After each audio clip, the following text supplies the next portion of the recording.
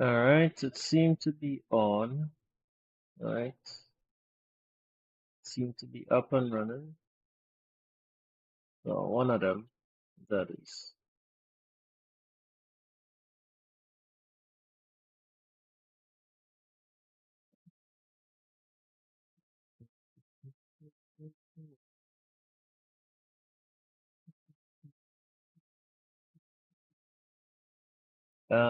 Think I should move that thing up. Think I should move that thing up. On think I should move it up. Yeah, I shouldn't think I should move you up. Yeah, move you up here. Are we on the actual thing? On the actual thing.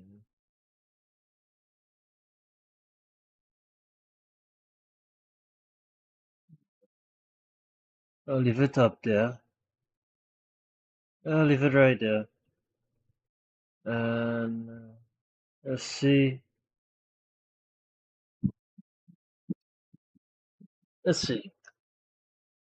Alright, so that's up. Mhm. That one up. Let's see what went on YouTube.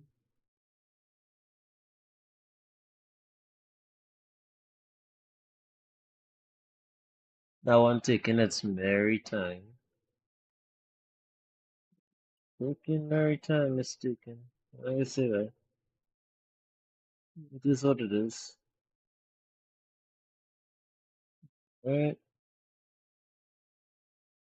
Yourself with those little boxes, because here you're going to learn something truly new with which you'll be able to draw different body types in any pose. This is the 100-foot technique, which in its most basic form involves drawing a vertical line and making several curves like 100-foot legs that help us visualize the torso in 3 dimensions. Huh. This is its most Interesting. basic form, but there's a Super Saiyan version of this technique because this freaking madman found a way to combine this concept with anatomy models. It basically involves placing the 100-foot legs so that they coincide with horizontal lines naturally formed by the body's muscles. So in addition to helping you visualize the body in 3D, they help you build the body's anatomy from there, and here's how to do it. I usually first make a cross to help me visualize the position of the head, followed by the chin line. Then I draw the neckline, and now, yes, the first step is to draw the body of the 100 MPs, which goes from the clavicles to the groin. But be careful here because the body of the 100 MPs is actually made up of 3 parts. One that goes from the clavicles to below these squares that coincide with the separation of the ribs, another that goes from here to the navel, and one more that goes from the navel to the nape. In a realistic style, each part would tell me the same thing, but the proportions will really depend on your style. Now draw the position of the clavicles and shoulders. Remember that these change depending on the position of the arms. You draw a line that coincides with the lower line of the pectorals and then the curves to visualize the thickness of the body. And now we have 3 options for the ribs. A triangular shape for thin bodies, a square shape for muscular bodies, and a rounded shape for fat bodies. Now we make a ring for the waist, which is the thinnest part of the torso, which goes below the ribs and above the navel. Then, halfway through the last section, a curve for the upper part of the hip, which coincides with the upper end of this little bone, and another one for the lower part of the hip. Now draw a line that goes from where the chest ends to where the armpit would bend.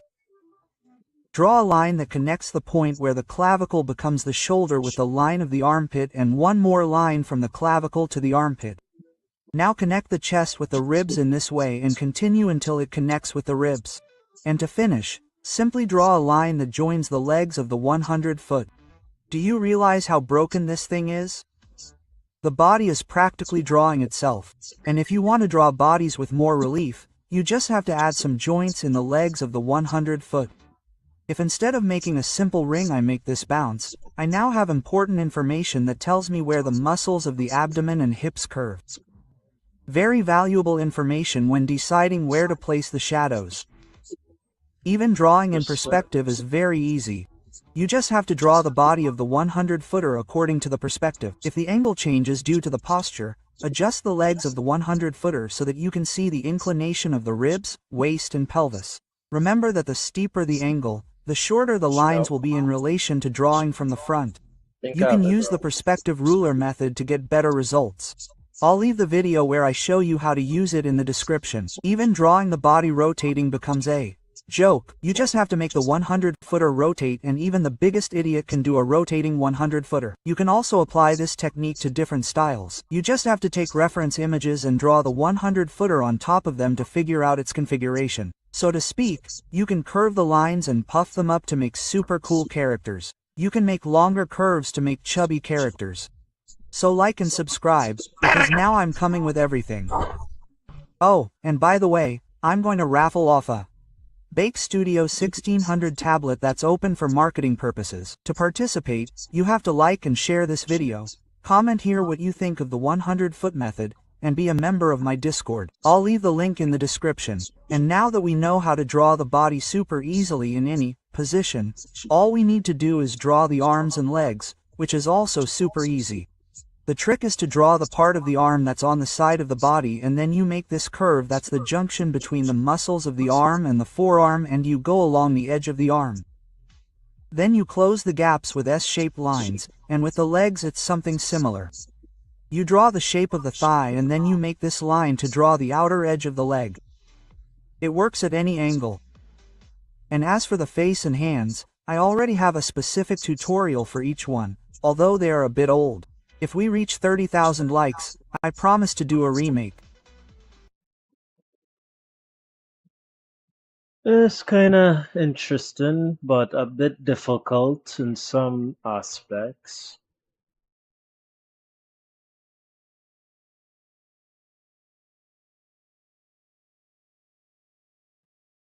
A bit difficult in some aspects. It's still in start yet? Like, damn. Am I even streaming? I wonder. Might say not live, but I ain't seeing nothing on though. Oh, now it's on. It's still in start yet? Like, damn. Oh, it's on now. Now it's on. I don't know why it's coming up on the other thing though. We'll have to see. Cadet. After a week, the strongest few will be selected to compete against each other, aka the cadets, while the rest can follow along for the sake of fun, aka follow along. Why would you join an event like this? I will explain it at the end of the video. Hi, my name is Naka, winner of last year's Chroma Core, and I asked my Patreons on Discord if they plan to join this year. They mostly said yes, so here's a guide sponsored by these wonderful people. Just to be clear, today we are strictly focusing on how to make your cadet, the character design that lets you join the competition part of the event. To do so, I asked previous cadets who got selected, previous winners, and Synix himself. If your friend will join Chroma Core and ask you for an advice for making their cadet, what it would be? Strictly for making the cadet. Gotta stand out, silhouette-wise, originality-wise, no point in playing it safe and trying to get through on rendering alone. Probably the best advice that you can get out of this video, since Synix is the judge who decides whether you can compete or not. Let's see how we can expand on or add to this advice. Don't only rely on your rendering skills. Trying to come up with an interesting design before you spend all of your effort into Shiny Render. Here's a few tips on how to do that. Throw things at the wall and see what sticks by Elodie. Use brainstorming and mind maps to explore a lot of ideas and then decide on the one you like the most. This method takes out unnecessary things from your head and gives you a board of ideas where you can cherry pick the best ones. When making a cadet, play to your strengths by Nova. You don't need to do everything at once. Entry phase is to showcase what you enjoy and what you are good at. It might be the same old shit for you, but it can be fresh and new for others. Keep that in mind, that lets you join the competition part of the event. To do so, I asked previous cadets who got selected, previous winners, and Synix himself. If your friend will join Chroma Core and ask you for an advice for making their cadet, what it would be? Strictly for making the cadet. Gotta stand out, silhouette-wise, originality-wise, no point in playing it safe and trying to get through on rendering alone. Probably the best advice that you can get out of this video, since Cynics is the judge who decides whether you can compete or not. Let's see how we can expand on or add to this advice. This one looking a bit stiff still though.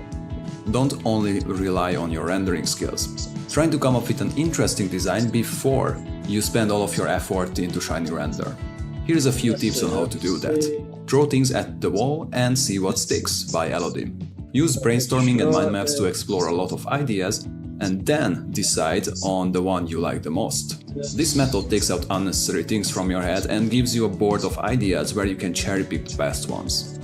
When making a cadet, play to your strengths by Nova. You don't need to do everything at once. Entry phase is to showcase what you enjoy and what you are good at. It might be the same old shit for you, but it can be fresh and new for others, keep that in mind. Medium is not restricted by Ophelia.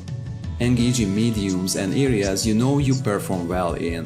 For one, Cynics is a sucker for submissions that come in different mediums, and uniqueness is a massive strength in this competition. Don't avoid doing something just cause you think it's too out of the ordinary. Basically, approach the character design however you want, but what to do when your strength is not character design? Play Around by Ringarune. If you are not as strong as a character designer and better at props, environments, illustration, etc., you can still make that work and show off your strengths. For example, you could do a simple character surrounded by an environment in your design that indicates a lot about who this character is, what they do, etc. Yeah, use your strength to complement the character design. Have Fun by previous winner Trout. There is no better design than one that you enjoy making. Sounds very cheesy, but it's true. If you find your design boring, weak, bad, or just unpleasant to work on, you can just use the previous tips. Find something that you like on the brainstorm board by Elodie or on the list of strengths by Nova, maybe spiced up by an unusual approach thanks to Ophelia and Ringarune. Okay, do you have a good idea for your cadet? It's time to make it. A few extra tips for the process. Ask for feedback by previous winner Double. Ask other participants for help. 2 pairs of eyes are better than 1. I often did it and it saved my sorry ass many times. This is a very common thing about Chroma Core, that people join voice channels and actively help each other. The event has some competitive nature to it, but it's massively overshadowed by sportsmanship and general goodwill. So, don't be afraid to ask people to look at your design for some feedback. Much before the deadline by Double. Post your entry early, so that Cynics critiques it before the end of the selection week. Don't give him a work in progress but finished piece that he can properly judge. Then change it based on his advice. Yep, Cynics gonna actively stream every single day, reviewing all the entries and give some feedback here and there. As Double said, don't submit unfinished design, they are very annoying. Watch daily Cynics streams even if you didn't post your design yet. He gives feedback on submissions so you can see his takes on all of them, therefore you can learn from others' success and failures. The deadline for cadet submission will be pinned in every thread. Sabi asked me to put this in. How to present your cadet? Normally, concept art is about showing your ideas to others, no matter how it looks, as long people understand your concept. But in a competition, it's better to think about presentation. First read matters, so zoom the fuck out. If your cadet does something special, it should be readable at first glance, even on smaller scale images. Your cadet's presentation should easily get the point across, clarity matters. Show, don't tell. If you have something to tell about your cadet, try your best to communicate that through drawings. Is he friendly? Make his design friendly instead of using the text friendly. Those small things can create a much more interesting character design or presentation than a guy in T-pose with some text dump. Less is more. If you have too many things to fit in, then cut down to the best. There is a famous saying in the art industry, your portfolio is as good as the weakest piece of it. If you get selected, congrats! You are one of the handful people selected out of more than 1,000. Now you're officially a cadet competing against other cadets. Your next 30 days will be busy. Good luck, have fun, take care. If you don't get selected, I know, it hurts. Your design not being good enough feels like you are not good enough as an artist. It's objectively not true, but the feeling? It's real. I experienced it twice in a row, then left after selection to return next year. Then, the third time, I wasn't selected again, but I stayed, out of spite, and did all the daily challenges of Chroma Core even if I wasn't part of the competition. And this is where Chroma Core shines as an event. Follow along, stick around, cheer for the competitors, hang out, doing daily prompts while actively improving their crafts. When I asked previously selected cadets, there was one common piece of advice that all of them agreed. Chroma is one of the best places on earth to improve your art while connecting with other artists. So, put your ass back to the voice channels, draw, goof around, trauma bond, give and take feedbacks, and have fun. Whew. These were some of the best pieces of advice that I could collect in the given time. If you have your own 2 cents to add, please help people out in the comments. Just a quick reminder, Cynic's video about this year's event is in the description and on the pinned comment. You will find much more detail about the actual competition there. So go watch it. See ya at ChromaCore.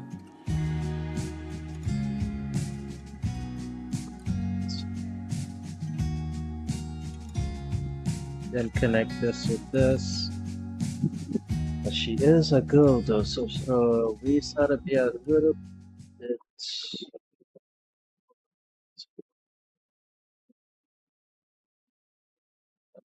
wide.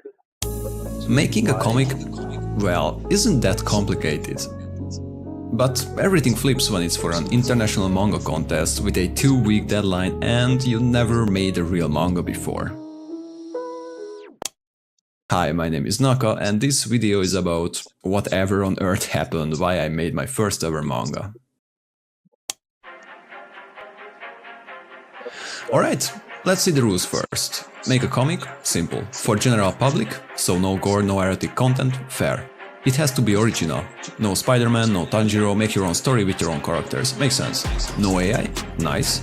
It should be a one-shot, 8 to 16 pages plus a cover.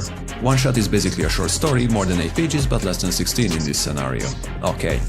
More than 800 pixel wide, they want it to be readable.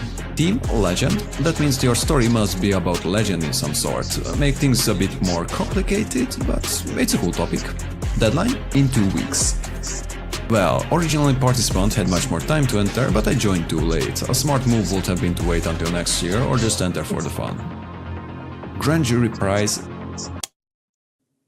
Well... I need a plan. Okay, week 1. Learn how to make a manga. Week 2. Make the manga. Okay, jokes aside, I really need a week to prepare. I need to learn how to properly make a one-shot manga, I need to learn how to panel my comic and figure out what dimensions mangakas use. I need to come up with an original story about legend and make sure that it fits comfortably in 8 to 16 pages. After all of that, I still need to make a draft to see how it will kinda look and edit if needed. Meanwhile, coming up with all the characters and environment design. Let's see one by one how to make a one-shot. What am I doing? To solve the first mystery, I did exactly what you are doing right now. Watching YouTube. How to write a manga one-shot, how to write a perfect manga chapter, and how to plot the next big manga series by SD-Pad was what I needed. YouTube on the left, Google Docs on the right, making notes to actually have them. If you're watching this video, thanks mate, you helped me big time. Also, shout out for Jake Parker for this video. I put all of the links in the description if you want to watch them. Okay, now I have a list to look out for to make my life easier. Next thing to research, paneling a manga. I already made webcomics, so I have a general concept of framing and timing. The big problem is the ratio. What size of a panel is too big? What's too small? Letter size? Font face? What is even the right thickness for a border? To figure out this one, I grabbed a few manga from my shelf to see which one feels nice to me. Death Note feels a bit too busy with the text, otherwise it seems very nice. Great Teacher Onizuka is a bit too simple. Darker Than Black, a bit chaotic on the reading order, I guess. Hellsing, I don't know exactly what it is, but this one just feels right. Very simple paneling, clear reading order, doesn't feel cramped, doesn't feel empty, and so seems easy to make. Alright, it's time to write a story. Just a few days left of the first week, so it's time to be clever. Instead of coming up with a story from zero, I decided to browse through all the comic ideas that piled up on my hard drive. I never published any of these, they were only collecting dust until this point. With some adjustments, I can probably turn one of them into a story about something legend related. Ordinary Undead and ChromaCore related stuff I already published, so yeah, off the table. Helgern is something that I never released or made, but it's too complex for what of the table. One shot could be a very interesting one, said that is specifically designed for vertical scrolling of the table. Fucking animals would hit the core rule very hard of the table. I also made an illustration inspired by it on Instagram. Then it hit. I turned some of my comics into a simple illustration, but I also dropped character designs, because they were too complex for a simple drawing. And there is one specific thing in my mind. This early concept. When I was developing a character for Chroma Core, I needed to drop this early concept. But not really for a normal reason. She looked cool, she was unique, but she was already more than a character. She was born with a story to tell, the birth of the first real witch during the Cold War. It fits Legends perfectly. This was the first time when I got really excited about this project, so I started writing, then tried to make the story shorter to fit the 16 pages limit. As I did, I must cut out everything unnecessary, still too long, cut more, too long, cut even more. Then the first week was over. The great story I wished to tell was kinda trimmed to bare bones, missing the original flavor and feeling like a TikTok video on ADHD. Yeah, I was kinda devastated. I have a story to tell, but you know, not in this shape and form. I went to sleep on Sunday knowing that I'm either going to betray the best plot that I ever come up with or need to restart everything, but now I only have 1 week instead of 2. Or just simply gave up and start early next year. Even though I'm experienced with drawing, manga is uncharted territory for me, so I did what any sane person will do. I went to the grocery store, bought 7 energy drinks and lined them up on my desk. Each represents 1 day of this week. I opened the first. Analog Witch is dead, for now. I need to pick something that I cared about the least, that could fit the theme and the page count. Do I give a flying fuck about this one? Nope. Can I make it work? Maybe. Title: Digital Crow. A story about Diego, placeholder name, who's working on art cinema. His boss is an asshole, his coworker Wendy, also placeholder, is a bitch. Diego is a weirdo with an imaginary friend, Digital Crow / a horror monster. He knows Crow isn't real but talks to him anyway. The legend? If the Digital Crow movie plays in the cinema, the monster comes for you. For real. Basically a creepypasta. With some work I could fit this in 8 pages. Okay, currently we have 6 characters, 5 locations and a bunch of interactions. It's time to trim while revisiting some of the notes I made based on the how to make manga YouTube videos. If I don't want rushed conversations and jumping between events, I need to trim down everything to 2 characters and maybe 2, maybe 3 locations. Okay. Fuse Diego and Wendy into 1 character, Digital Crow become Jackdaw, I don't even remember why. Everyone else was cut, only 2 locations, cinema entrance and screening room. Script written, broken down into pages, drops down. Well, we don't have electricity until tomorrow.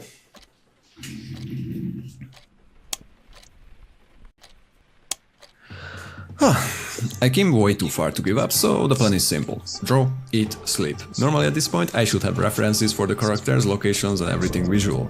I literally made up everything on the fly. Character design, location, I didn't even look up any references because I didn't have time to do that.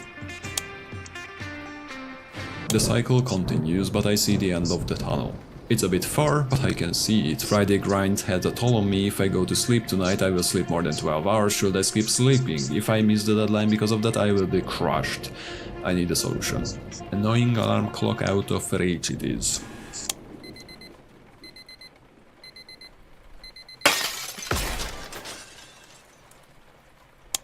The draw, eat, sleep cycle turned into just draw.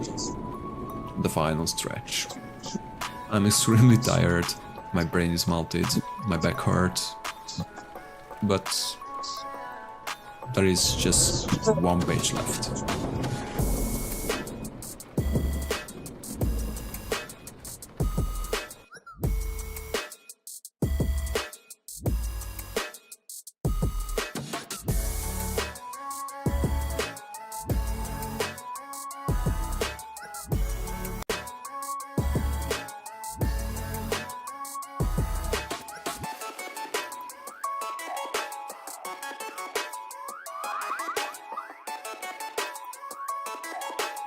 Well, most of my drawings on them look like chicken scratches, eh?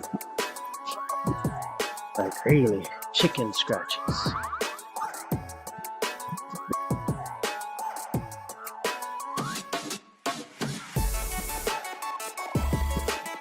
Alright.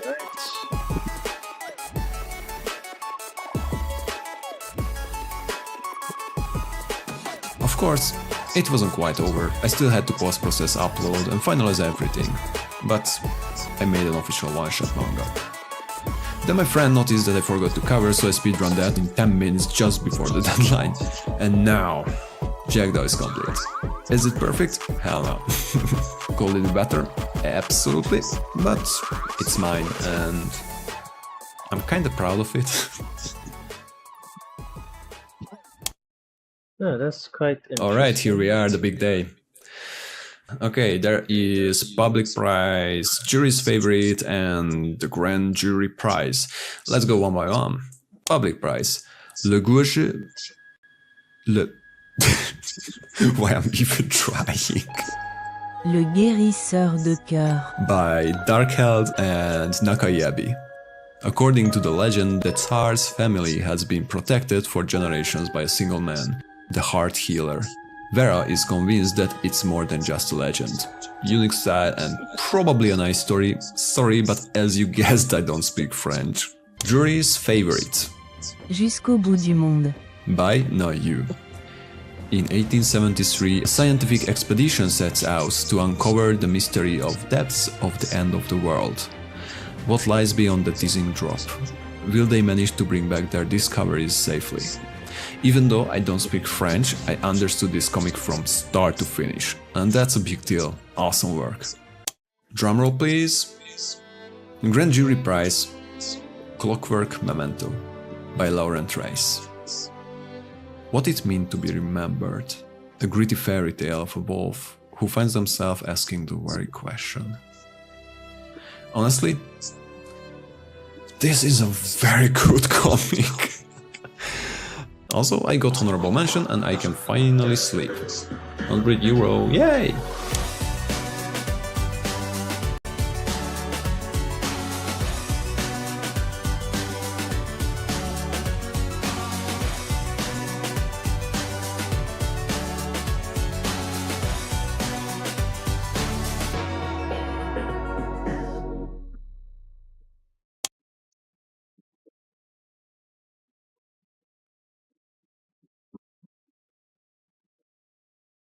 Alright, so I do remember this design and I did enjoy it. There are things that I feel like could have been improved at, so let's just go through a few. He is Cynic's Design, our teacher and YouTuber, also the man who created the yearly event called ChromaCore, an art bootcamp with a competition that requires a character design as an entry. There was one specific year that I want to highlight, and it was 2022, where this was my entry submission that failed right at the qualifier. Hi, my name is Naka, digital artist for the last 10 years, winner of ChromaCore in 2024, second place in the year before, but as I said, wasn't even selected back in 22. And today we are trying to fix that 2 years old mistake by understanding what went wrong and redesigning her based on what we are going to learn. If you look at this piece, you might not recognize the problem right away, so let me remove every detail that either doesn't tell any important information about her as a person or details that repeats. As you see, there is not much left. She is an engineer, but what kind? She is chewing a pencil, repairing things, but what else? What's her name? We don't know any of those just by looking at this busy character sheet.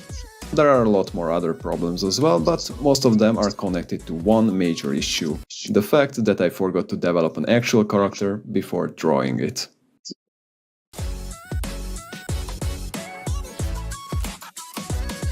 Concept art is all about having an idea and visually explaining it, so in order to have a nice one, we need to have a good idea first. No need for reinventing the wheel, but we are definitely aiming for something that is interesting. So let's push that engineer a bit further by asking a new question. What type of engineer is she? A quick Google search later, I found the sappers. On-field engineers at the military helping the squad by repairing, fortifying, breaching, bridge building, deactivating mines or even laying them. At this point, I'm leaning towards the cyberpunk genre, so I need to adjust things visually. The clear benefit here is that I don't need to be realistic as long as I make it somewhat believable. That also helps my plan to make a protagonist out of an engineer, to create a loner who actually roams around and fixing things on the battlefield. But that creates a new problem. An engineer without a workshop is very limited. So if she can't leave the workshop but need it on the battlefield, then let's move the workshop with her to the battlefield. Just imagine that thing folding up into a mech, then walks to the place where it's needed to unfold to be a functional engineering station. Having all the necessary tools that an engineer might need, fabricating or 3D printings out of scrap metal, functioning as a makeshift command center if needed, by providing cover. After all, it's designed for the extreme conditions of war.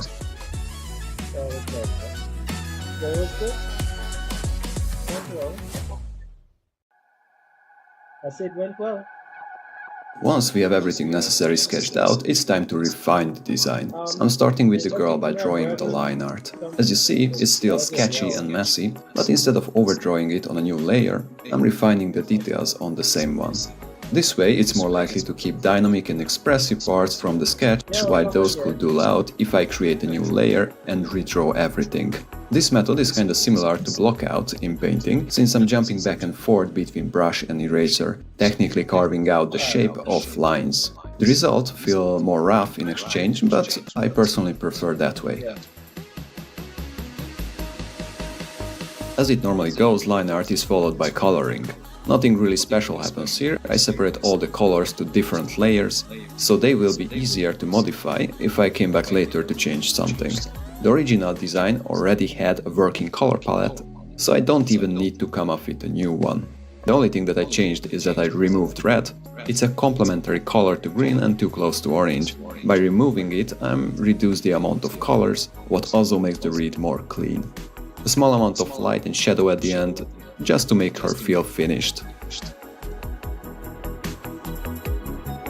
Jumping to the mech design, I have different approach in mind. Instead of drawing, I use part of the traditional painting process by blocking out shapes, then refining them. Normally, it's not ideal to use vastly different art processes in the same piece to represent two individual things, talking about the character and the mech, but it's possible to connect the two methods with a few tricks.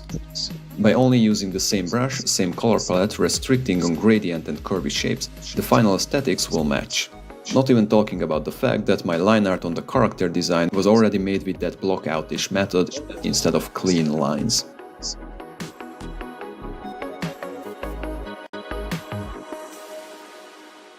Alright, we laid down everything necessary. A character design backed up with setting plus mech design that sells the genre. At this point we could call the day and submit if the entry for Chroma Core was a character concept sheet. The purpose of a concept sheet is to visually explain your idea, mostly used in pre-production. During that period, when studios laying down the foundation of a movie or a game, they don't need to refine everything. Therefore, concept art's purpose never was to impress people, but to effectively define things to the team, what's necessary to proceed in the production. On the other hand, everything changes if you need to submit your art to people who doesn't know anything about you or your character. In this scenario, presentation is much better. Instead of focusing on effectively explaining the idea, now our goal is to sell the idea, what also includes some explanation, but that's not the main point.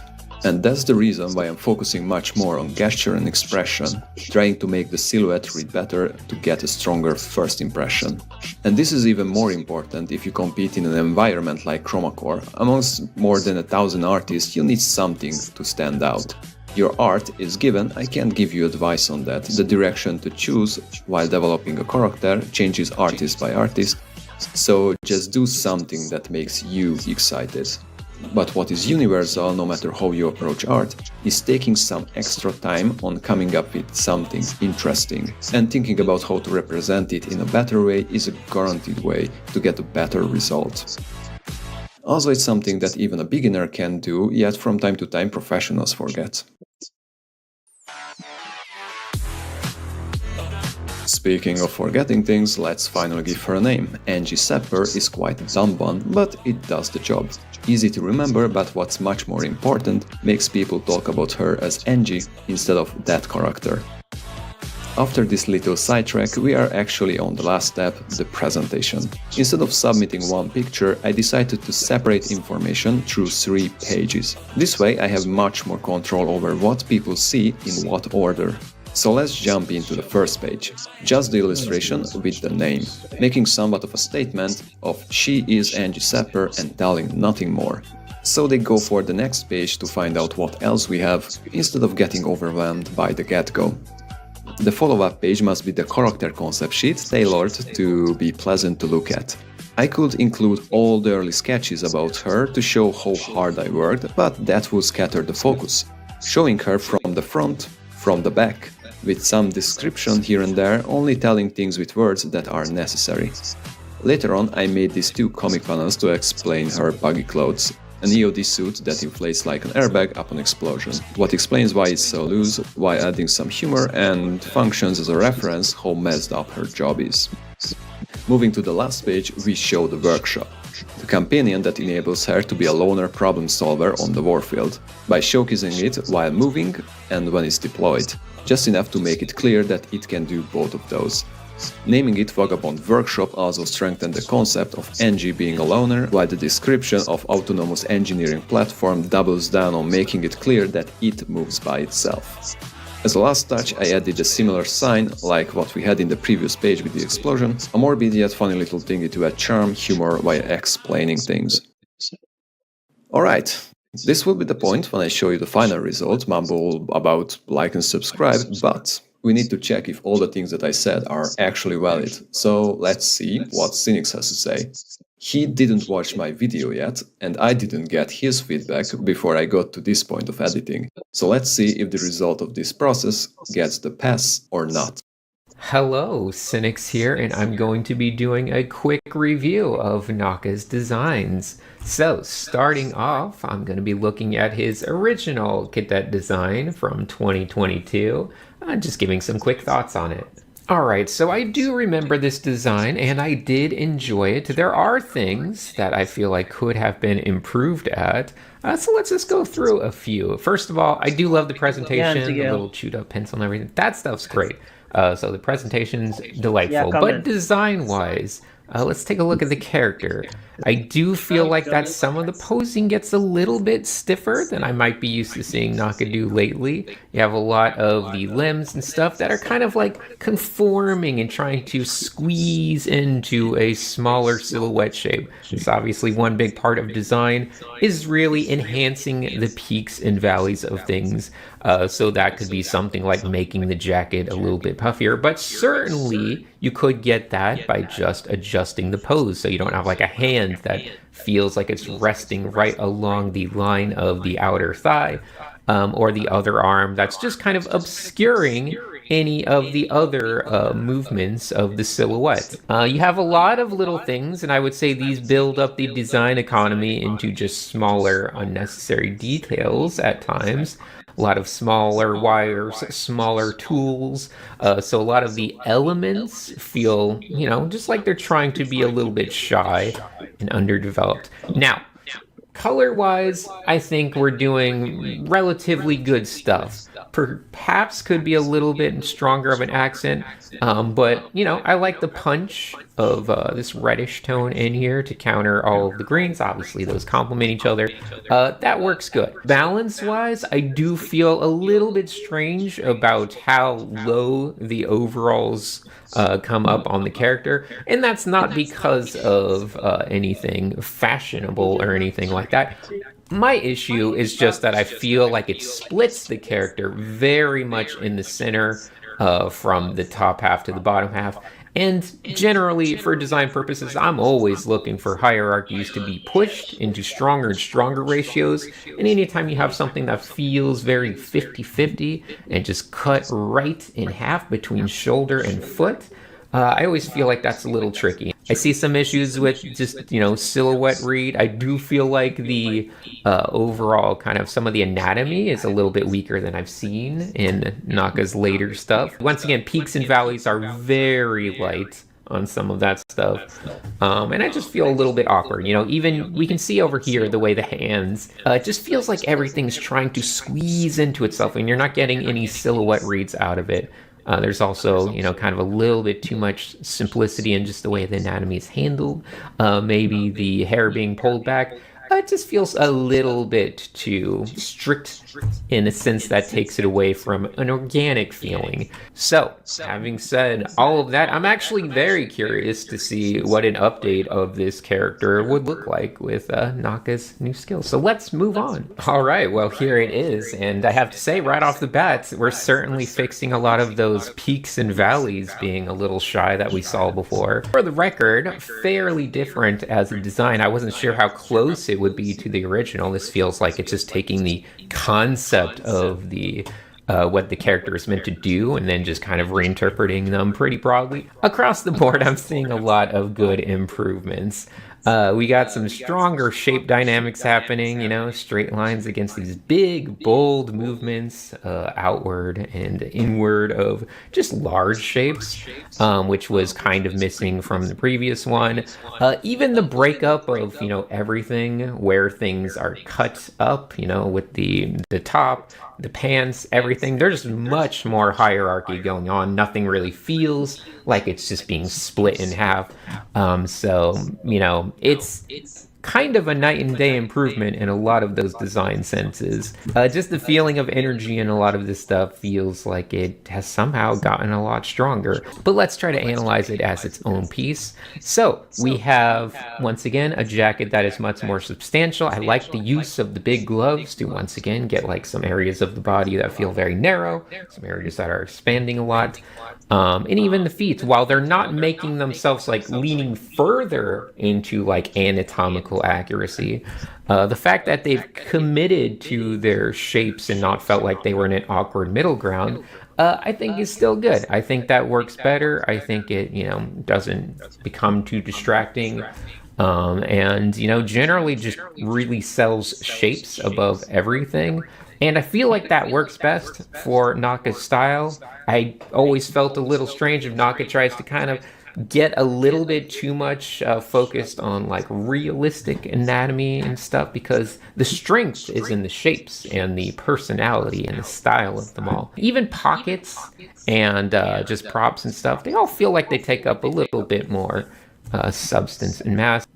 So color balances look great. I like that there is now a big, a medium, and then the orange feels like the small little hint, and it really pops strongly at the top and then has a couple little notes of it on the elbows and around some of the trim to just keep it really strong. So ratios feel like the biggest thing that have improved, as well as just peaks and valleys of design. And even in the different poses, this pose over here looks great. Presentation is still top notch. No issues there, but there weren't any issues, honestly, in the past either. The one thing that I feel like could find a little bit more peak and valley if I was going to critique something is just how the hair comes off around the head in the front view. I think it's generally good. I think there's a little bit of losing whether this information is like just their hair on the top of their head or whether it's something like a bun thing behind their head, their hair pulled back. Because when we see it over here, I'm like, oh, okay, I understand it now. It's the hair is behind them.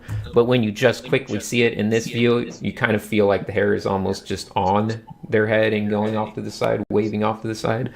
How people might draw like my hair when it was a little longer as a cartoon. And there's a few ways to fix it, whether it be through adding like a hint of like a band or color or something to just show that break. But clothing looks great.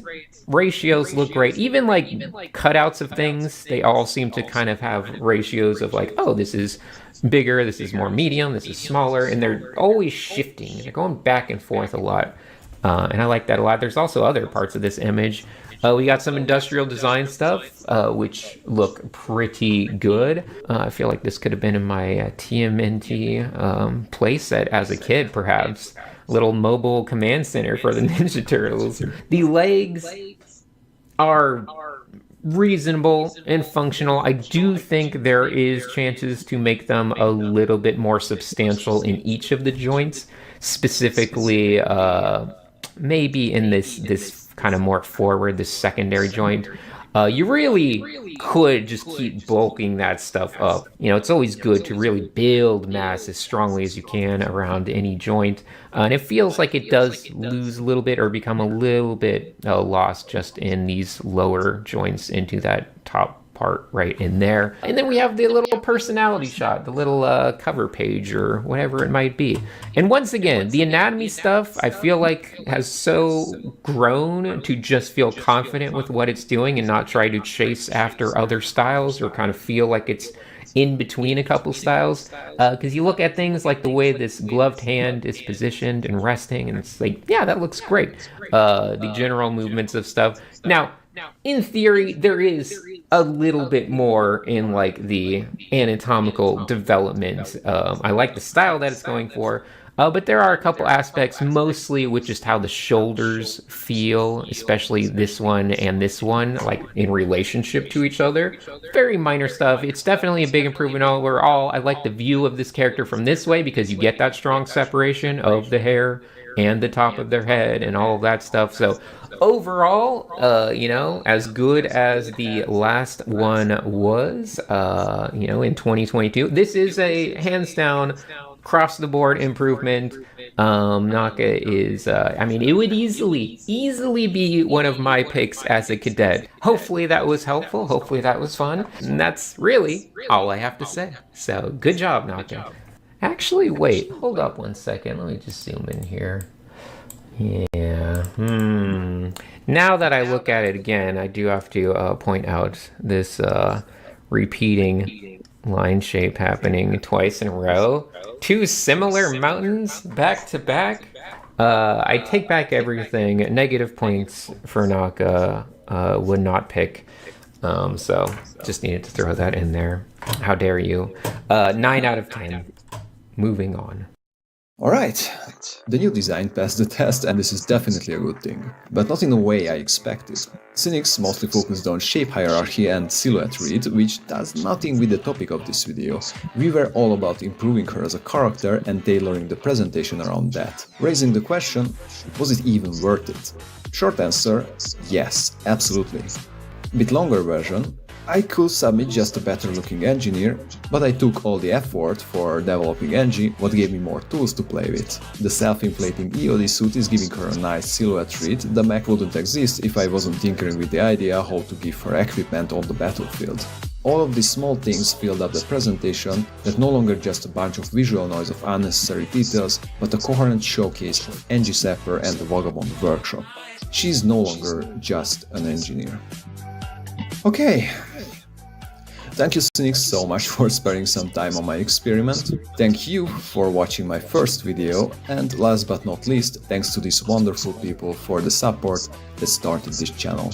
I'm planning to make more content in the future, subscribe if you would like to follow it, and I would absolutely appreciate if you consider leaving a comment on what to improve or even what would you like to see here. No promises, but at this point I'm a bit blind on what topics people prefer. So yeah, it will be a huge help.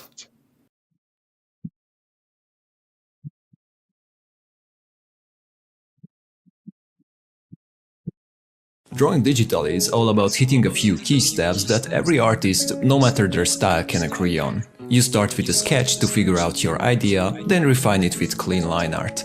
Throw in some colors, and finally bring it to life with shadow and highlights. This basic framework is what most digital artists follow, but here's the thing, it's just a framework. While we all work towards the same milestones, we don't all take the same paths to get there. Hi, my name is Naka, and over the last decade I fine-tuned my own process to make the journey smoother. I started out just like everyone else, trying to figure out at least a way to approach each step. But what I found was all the constant decision-making, especially in the early stages, kept pulling me off track. I hated being stuck in one part of the process for too long, but more importantly, I didn't like the stress committing to a choice that might be harder to change later. So I developed a way to get through those boring, uncertain parts faster with way less pressure. By using non-destructive methods, things like layer mask or adjustment layers, I gave myself the room to breathe. No more worrying if something was perfect right away, I could always tweak it later without losing real progress. In this video I'm going to show you how this system works by simply making a character design, so you can stop getting bogged down and start creating without the usual roadblocks.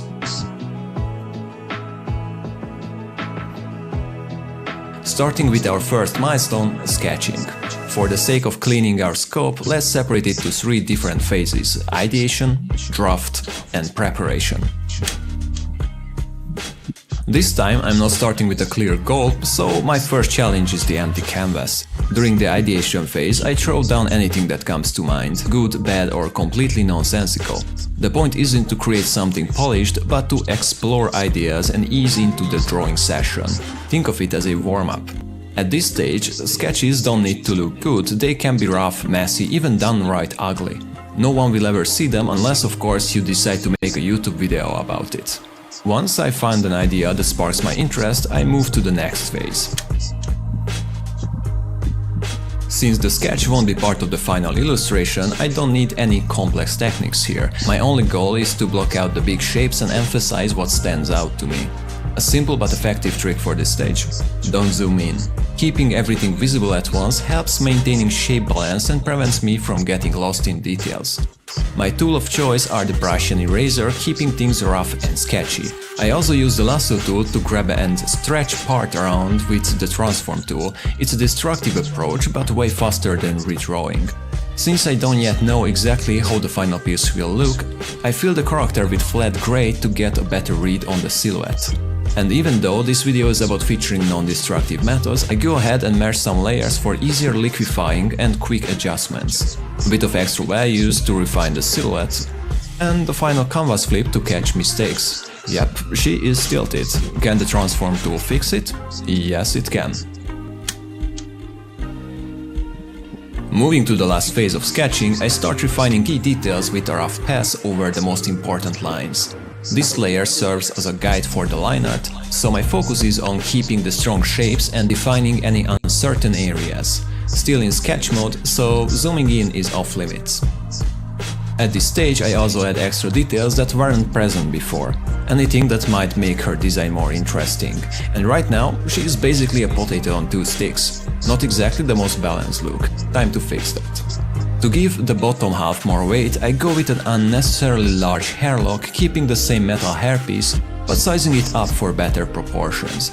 Is this hairstyle practical? Absolutely not, but I'm not about to argue with logic, I already sacrificed it on the altar of the rule of cool. With the sketch logged in, it's time to prep for line art. Recoloring the sketch lines and silhouette helps make the line art stand out clearly.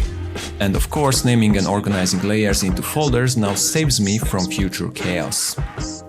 As you can see, the entire process up to this point has been sketching, but with different goals at each stage. First, we sketched to generate an idea, then we sketched to explore and refine it. And finally, we sketched to build up a solid foundation for what comes next. This part is pretty straightforward, but there is still a rhythm to it. I start by outlining a section, then slowly build up the details, adding just enough to detail shape and flow. No need to draw every individual hair strand, instead I use lines to suggest the movement of the braided lock. This is more of a personal preference, I like keeping more variation in the level of detail rather than making everything too uniformly detailed. You might have noticed another trick: I create a new layer whenever I'm unsure about the detail. This way I can experiment without the fear of ruining previous work. Once I'm happy with it, I merge the layers back together. Since the oversized hairlock is already a statement piece, I keep it less detailed than her hair on the top. I don't want it to competing with her legs for attention. Right now I'm not sure if it's enough, but that's not a problem. The line art stays on its own layer throughout the whole session, so if I ever need to adjust something later, I can. Up until now, everything has been pretty standard, just the brush, eraser and a few basic layers. But here is where things getting interesting. For me, coloring has two phases: color masking and detailing. So let's see what color masking does. Instead of adding a new layer for colors like most people do, I stay on the line art layer and select everything outside of the character, then I run a custom coloring script I made. What does it do? Expands the selection so the edge falls in the middle of the line art instead of next to it. Inverts the selection to put it on the character. Creates a folder under the line art layer, generates a layer mask from the selection, and finally adds a solid color adjustment layer, filling the mask with a flat color that can be changed anytime with a simple double click on its thumbnail. But why go through all of this instead of just making a layer and coloring it? Because it's not just faster, but also accelerates further steps. Anything dropped into this folder stays contained within the character's silhouette thanks to the layer mask. Like clipping layers, but with way more flexibility. You can still use clipping layers inside the folder, stacks mask folders within it, and easily tweak the mask with a brush or eraser if anything needs fixing. It does all with a simple click. If you want the script, you can find it on my Patreon. Once everything is filled with a flat color, I realized the line art needs some tweaking. Instead of repainting or using the lasso tool, I just liquefy it. Small nudges to push things into place. But now the color folder doesn't line up. Easy fix. If you select the layer mask and hit Ctrl+F, it reapplies the last use filter, adjusting everything instantly. Expect, I forgot that and manually overpainted the changes instead. Whoops. Since I already making tweaks, I added a sketch layer to plan out her clothing details, then refine it into line art. And by the way, just because the process has distinct phases, that doesn't mean you can't jump back and adjust things whenever needed. That's the power of not merging layers. Now that the mask folder is set up, I drop a layer and start coloring the hair. The exact color doesn't matter yet, just the edges. Once filled, I hit Ctrl+U to bring up the hue and saturation panel, tweak it until it looks good, then apply. I repeat this for each color, add a new layer below, fill it with a base color, adjust hue and saturation, move on the next one. Each time a new layer is added, the one above it hides excess strokes, making the process faster and faster since there are fewer edges to worry about. Now that the base color are in, it's time to mess with the values. I'm not great at color theory, so my method is simple. Mess around and find out. I pick a layer, adjust hue and saturation, and experiment. The general rule is, at least one color should be more saturated than the rest, luminosity should vary, nothing should be uniformly dark or light, and everything being the same color is kind of a no-go. Since later steps won't be destructive, I don't need everything to be perfect right now. This is where I add small touches like whites of the eyes, some band-aids on the skin, or some reds to make the skin feel more alive.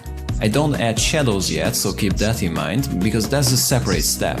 Tattoos could make the skin more interesting, but I'm undecided yet, so I leave them on a separate layer in case I change my mind later. To make detailing easier, I create mask folders for the boots, pants, metal parts, hair and the hoodie. This lets me paint freely without worrying about staying inside the lines. This part is mostly about figuring out those extra details, and sometimes it requires going back and drawing some extra line art. So, to summarize everything, create color masks that are easy to handle, then mess around and find out what flat colors looks the best. Add some details for those parts that feel a bit boring or pale. Once everything looks good, it's time to go for the next milestone. I create a new folder and Alt+drag the layer mask from the coloring folder. Now I have a dedicated folder for all the light and shadow related layers. As a foundation, I add a black layer and reduce the opacity. This lets me set the dark values while also evening out the saturation across the entire piece. The next layer is also black with reduced opacity, but this time I'm painting ambient occlusion, shadows that form where two surfaces are too close together regardless of any light source. My personal preference is that I make these shadows angular, almost like tiny triangles.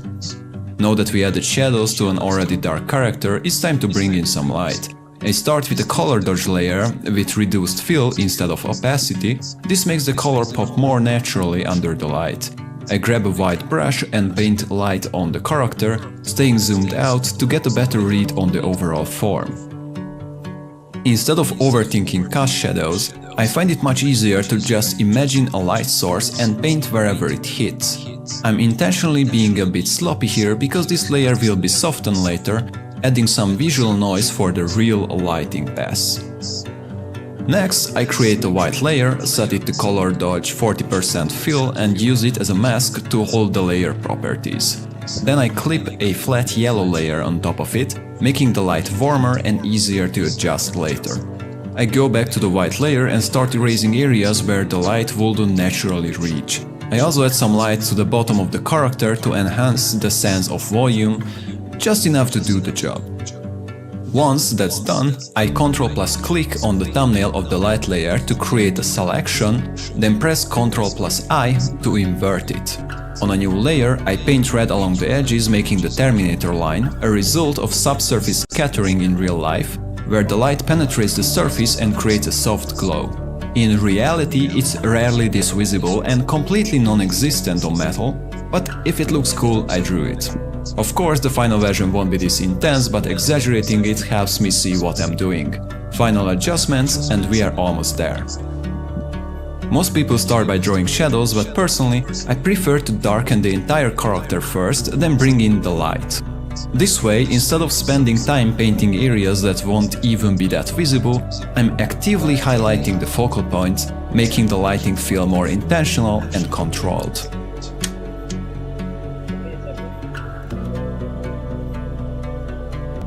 This is the step that so many people skip. Not because it's unnecessary, but because it's often overlooked. It doesn't take much effort, barely any time, yet it elevates the final piece, making everything more polished and unified. So what it exactly do? For me, it ties the whole image together, smooths out smaller mistakes, and gives the piece a more professional finish.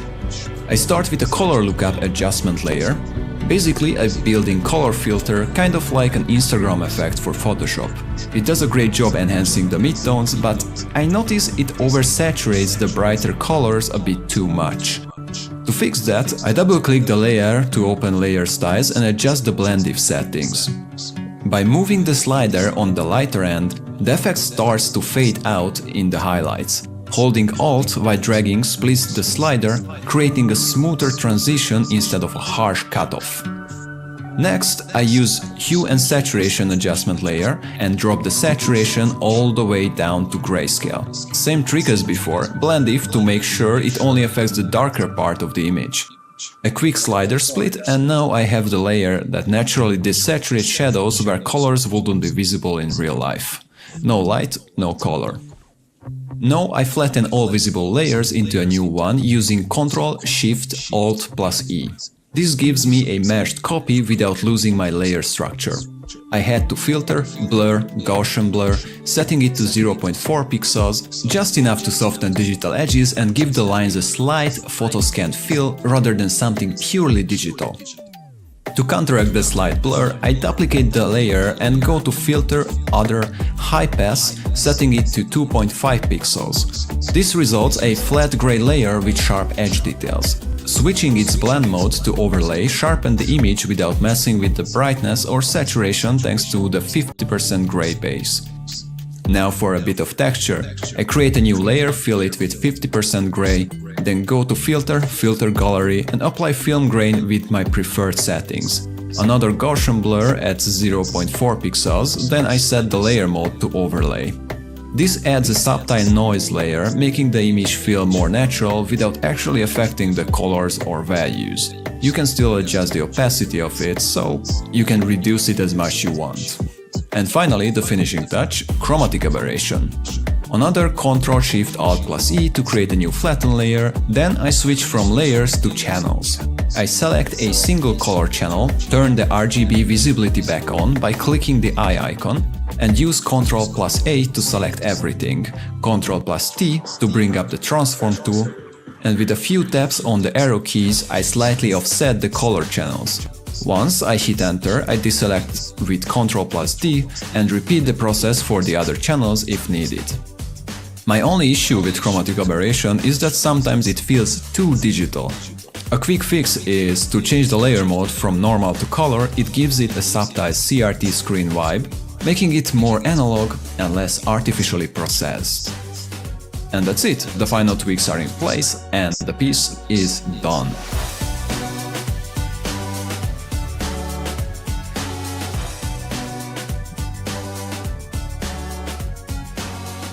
So, here we are. A fully finished piece, but not a logged-in final. Thanks to this workflow, everything stays adjustable, making it easy to tweak, experiment with different lighting setups, color palettes, or even new patterns without starting over. If you want to mess around with the PSD yourself, you can grab it from my Patreon. I've done a few extra retouches and included a short breakdown video to make things cleaner. And if you do experiment with it, feel free to share your results in our Patreon Discord. I love to see what you come up with. And speaking of Patreon, huge thanks to these amazing people for their support. You are the reason this is all possible. Also, thank you for sticking around. I hope I showed you something new to try. I'm still figuring out this whole YouTube thing, so I'm experimenting with basically everything at this point. If you like or don't like any changes, I love to hear your thoughts in the comments. And if you want to see where this channel goes next, consider subscribing, or thanks if you already have. See you in the next one.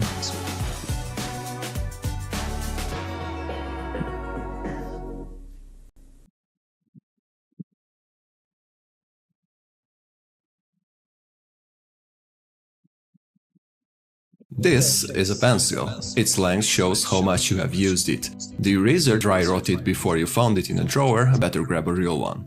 Tilt it for shading, use it top down for sharp lines. Sharpen it.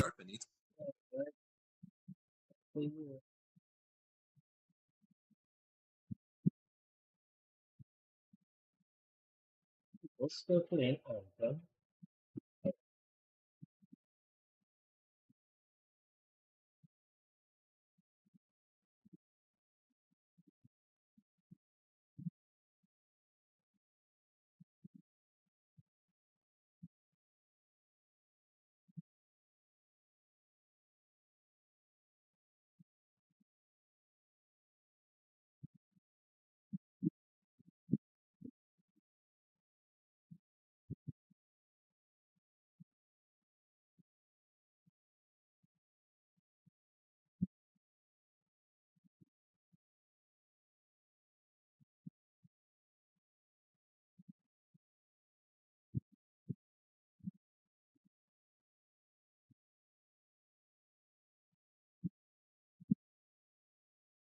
Some illustrations, especially those from animations, don't have much detail and use simple colors, but they still look very appealing. Why is that? What is the secret behind it? Take my illustrations as an example. It's clear that my anatomy isn't great. There's not much detail, and the colors are quite plain. But they look okay, right? This is because of composition. Composition is a different language, unlike perspective and color theory, which require a lot of practice. Having a basic understanding of composition can significantly improve your artwork. In this video, I'll share how to learn composition, address two main issues, where the sense of form comes from, how to arrange elements, also how to practice in some immediately usable techniques. The process of designing a composition involves creating abstract shapes first, then incorporating concrete elements. Therefore, the first thing we need to train is our way of observing. When we look at a painting, it's easy to get distracted by elements such as details or colors. And it's easy to overlook the shapes and trends in the composition. However, these are often the key to making the painting look appealing. For example, in this painting, of course, the colors are also very good. But what makes it look great is more about its shapes and trends. Let's see what happens when we ignore complex shapes and simply simplify the bushes to circles. It immediately enhances the sense of form. However, simplification alone is not sufficient. Here are some exercises I did last year on simplifying shapes. They are really bad because they are overly simplified and lack logic. When we draw more complex objects, how do we create a sense of form? We can start by focusing on the use of lines. We can observe that the outlines of the masters are very concise. First, develop the habit of ignoring small details and summarizing them with clean lines. There is a technique called CSI. It involves using only curves, straight lines, and S-shaped lines. For example, if you outline a flower using only its outer contour, usually with curves, it may not look good. Here is the version using CSI. CSI simplifies real shapes, and the contrast between curves and straight lines makes the composition more interesting.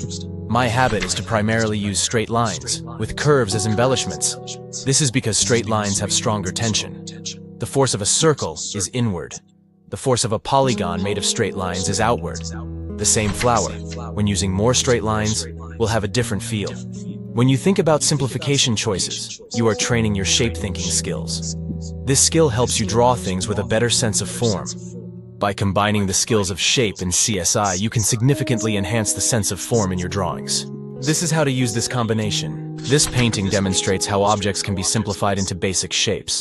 The composition is made up of circles and triangles. We can use a similar approach, such as with this flower, simplifying it using circles and triangles. When sketching, we can approximate its outer contour with a circle and utilize CSI techniques. This method helps to achieve a stronger sense of form.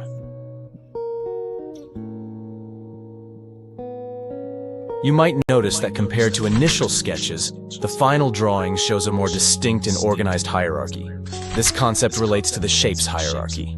We can simplify it as large, medium, and small.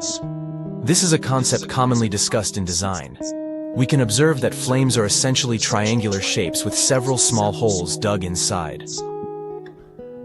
We can start by drawing a triangle as the primary shape. Then, carve out several secondary shapes, paying attention to the rhythm to avoid repetition. Finally, add some tertiary shapes as details. We can understand it as the amount of information. Too many tertiary shapes will become secondary shapes. To achieve a sense of order in a composition, the information hierarchy needs to be balanced. Lines are also a type of information. When I use thicker lines for the character's outer contour, the character becomes the main focus, and the background is secondary. Here's a simple formula for line art. The hierarchical relationship of lines is based on thickness. The outer contour lines are the thickest. The primary structure is drawn with secondary thickness lines. Use the thinnest lines for details. You can also add small blocks of color in areas not exposed to light. This can immediately improve the quality of the line art. The above are methods to enhance the sense of form. Next, we will discuss how to arrange the elements. An illustration usually consists of 3 elements: characters, props, background. Because I'm not very good at drawing attractive characters, I typically use other elements to accentuate the them. At least in this composition, the character can look good. The elements in this illustration are very simple, consisting only of the character and props. The flowers and the IV bag can be considered secondary shapes, and the petals can be considered tertiary shapes. I added tertiary shapes to this composition to create a sense of circulation. This is for designing the overall structure of the composition. Let's first look at how to arrange a single repeating object. Design has 10 principles. Among them, contrast, proportion, and rhythm are more suitable for use in illustration. For example, arranging 5 stars in a row is called repetition in design. However, such an arrangement feels unnatural. Of course, some styles of illustration might use this kind of arrangement. My understanding of arranging elements is to intentionally create an unintentional effect, which means avoiding repetition. The most common methods are size contrast and quantity contrast, the 5 stars mentioned earlier. If there is size contrast, it will be more enriched, but it still appears intentional. Adding quantity contrast will make the arrangement look more natural. The butterflies in my illustration use this method. Just arranging them like this seems very intentional. But with the addition of quantity contrast and size contrast, it appears more natural.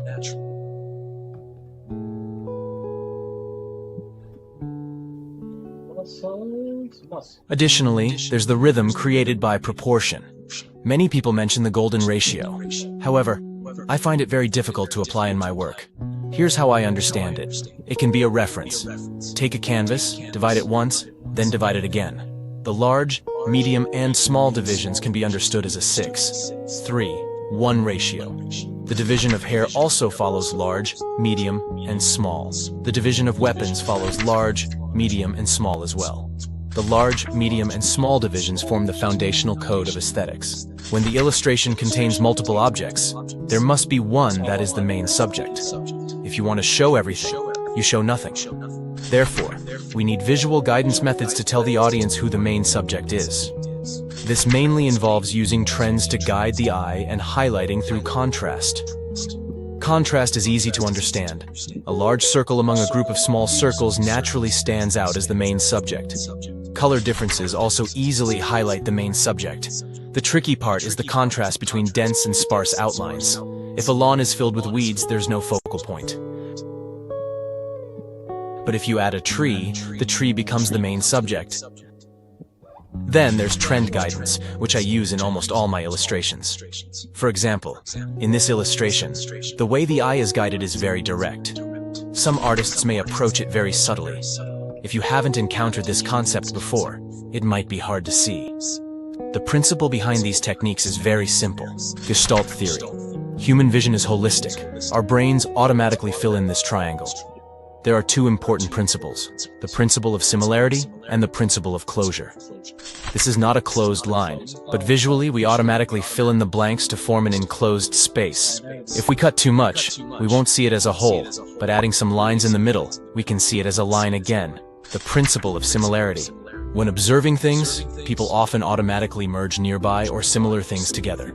Using this principle, we can create flow with repeated elements. A character can be seen as a straight line. Repeating butterfly elements can create an S-shaped flow, making the picture more interesting.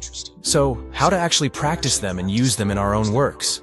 Instead of focusing on the entire painting, you can start with designing object combinations. Randomly choose 2 or 3 objects and find ways to combine them. For example, jasmine flowers, the moon, and a strange sculpture. The objects themselves are not that important. Think in terms of shapes. As long as the outer contours are emphasized, the lines within small objects are merely decorative.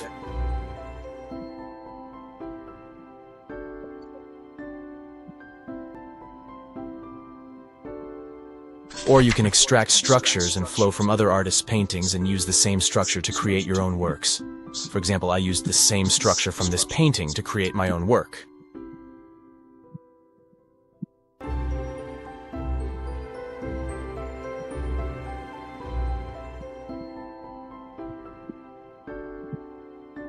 Then, as I was studying other artists, I summarized some common structures and started experimenting with different compositions. If you're interested in how I extract structures from other artists' works and design my illustrations, support me on Patreon.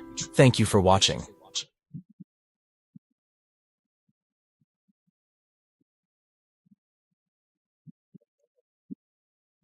When we first start drawing, or when children draw, there's a tendency to create orderly shapes. Our instincts tend to favor balance and order.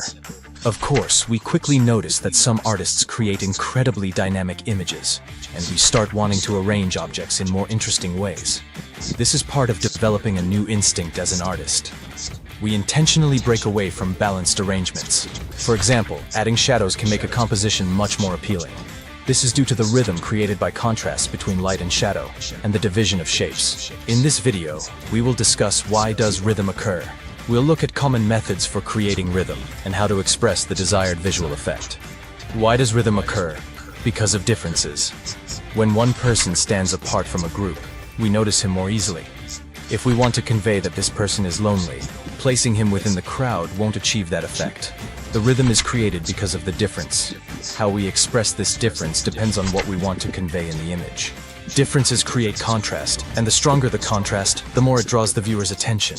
This square stands out clearly against a white background. But if you place these squares next to it, the original square becomes less noticeable.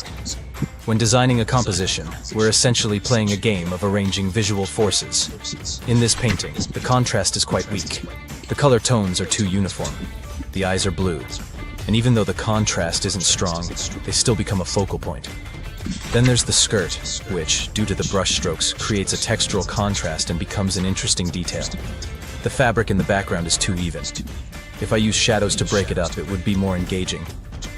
We see similar concepts in many design books or courses, but the diagrams they use for explanation often look like this. But in reality, it's like this, sometimes even in different colors. This kind of noise makes the composition more lively. This video is sponsored by Skillshare. Learning new art skills is crucial when you want to grow as an artist, like learning new techniques and fundamentals. But how? Thankfully, we have Skillshare for that. Skillshare is an online learning community that offers thousands of classes on a wide range of topics. These classes are designed to help individuals learn new skills, improve their existing skills, and connect with like-minded people. Skillshare offers thousands of classes taught by industry professionals in fields such as film, illustration, design, freelancing, productivity, and more. For an artist, the most important thing is to approach their work with authenticity. This authenticity is what ultimately defines your style. This fun and inspiring class lays out 5 hands-on exercises that will unlock your artistic identity. Working in your medium of choice, you'll explore who you are and what you have to say. So I highly recommend checking it out. Join Skillshare right now, and for the first 500 people to use my link, we'll get a 1-month free trial of Skillshare. Big thanks to Skillshare. Now back to the video. Let's clarify the common types of contrast.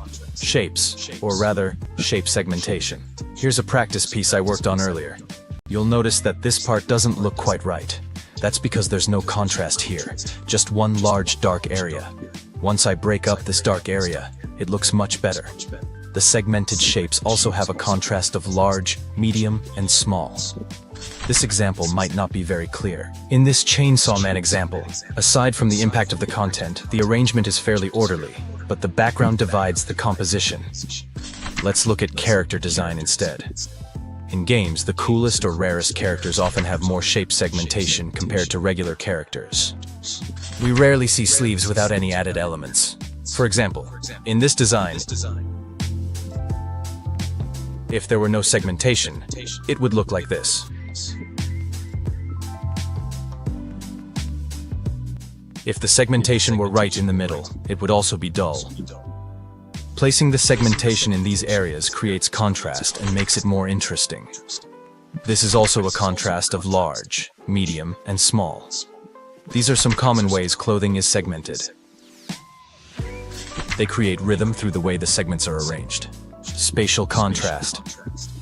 When arranging stones like this, it still feels like something is missing. If I increase the distance between them and make the objects in the foreground larger while making the background objects smaller, this creates a sense of depth. But it can also feel very rigid because the size change is too obvious. At this point, we can add some noise by introducing small objects with varying sizes. This not only creates size contrast, but also enhances the sense of space. Then, by dividing the composition with simple lines, it starts to look good. Quantity contrast. When doing sketches or painting from reality, we might encounter this situation. Repeating elements can look too monotonous. We all know that painting isn't about copying reality. In such cases, do we need to replicate exactly, or can we make it better? The solution is simple. You can change the positioning or even remove a tree altogether. Here's some good examples. However, even doesn't always mean bad. We instantly focus on his face because the people below and the head are very evenly arranged, with minimal differences. There's also a contrast between dense and sparse areas. When designing a composition, we should first determine what we want to express. These techniques are tools to help convey your message.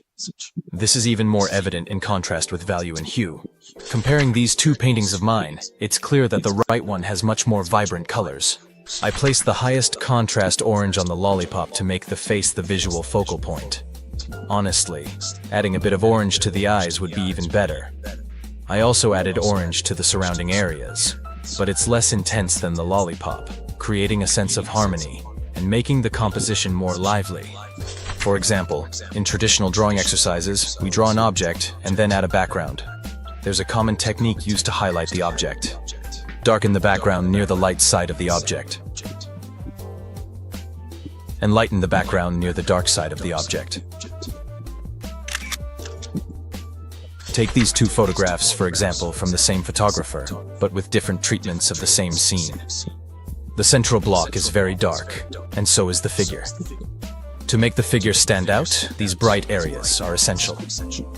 Without these bright areas, it would look like this.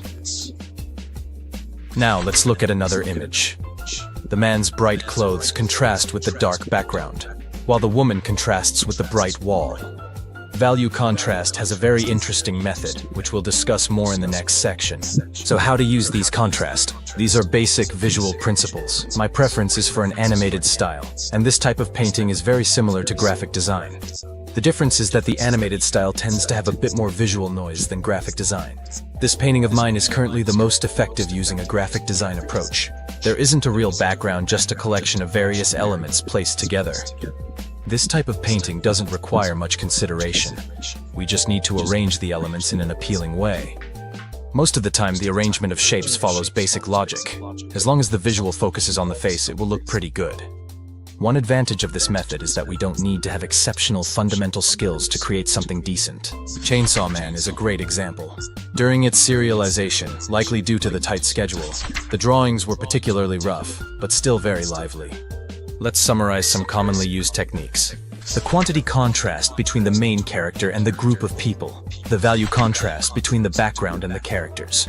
These are very effective and easy to implement approaches. There's an interesting way to understand value contrast. When we're working with grayscale, we usually think about how to create a sense of volume and detail.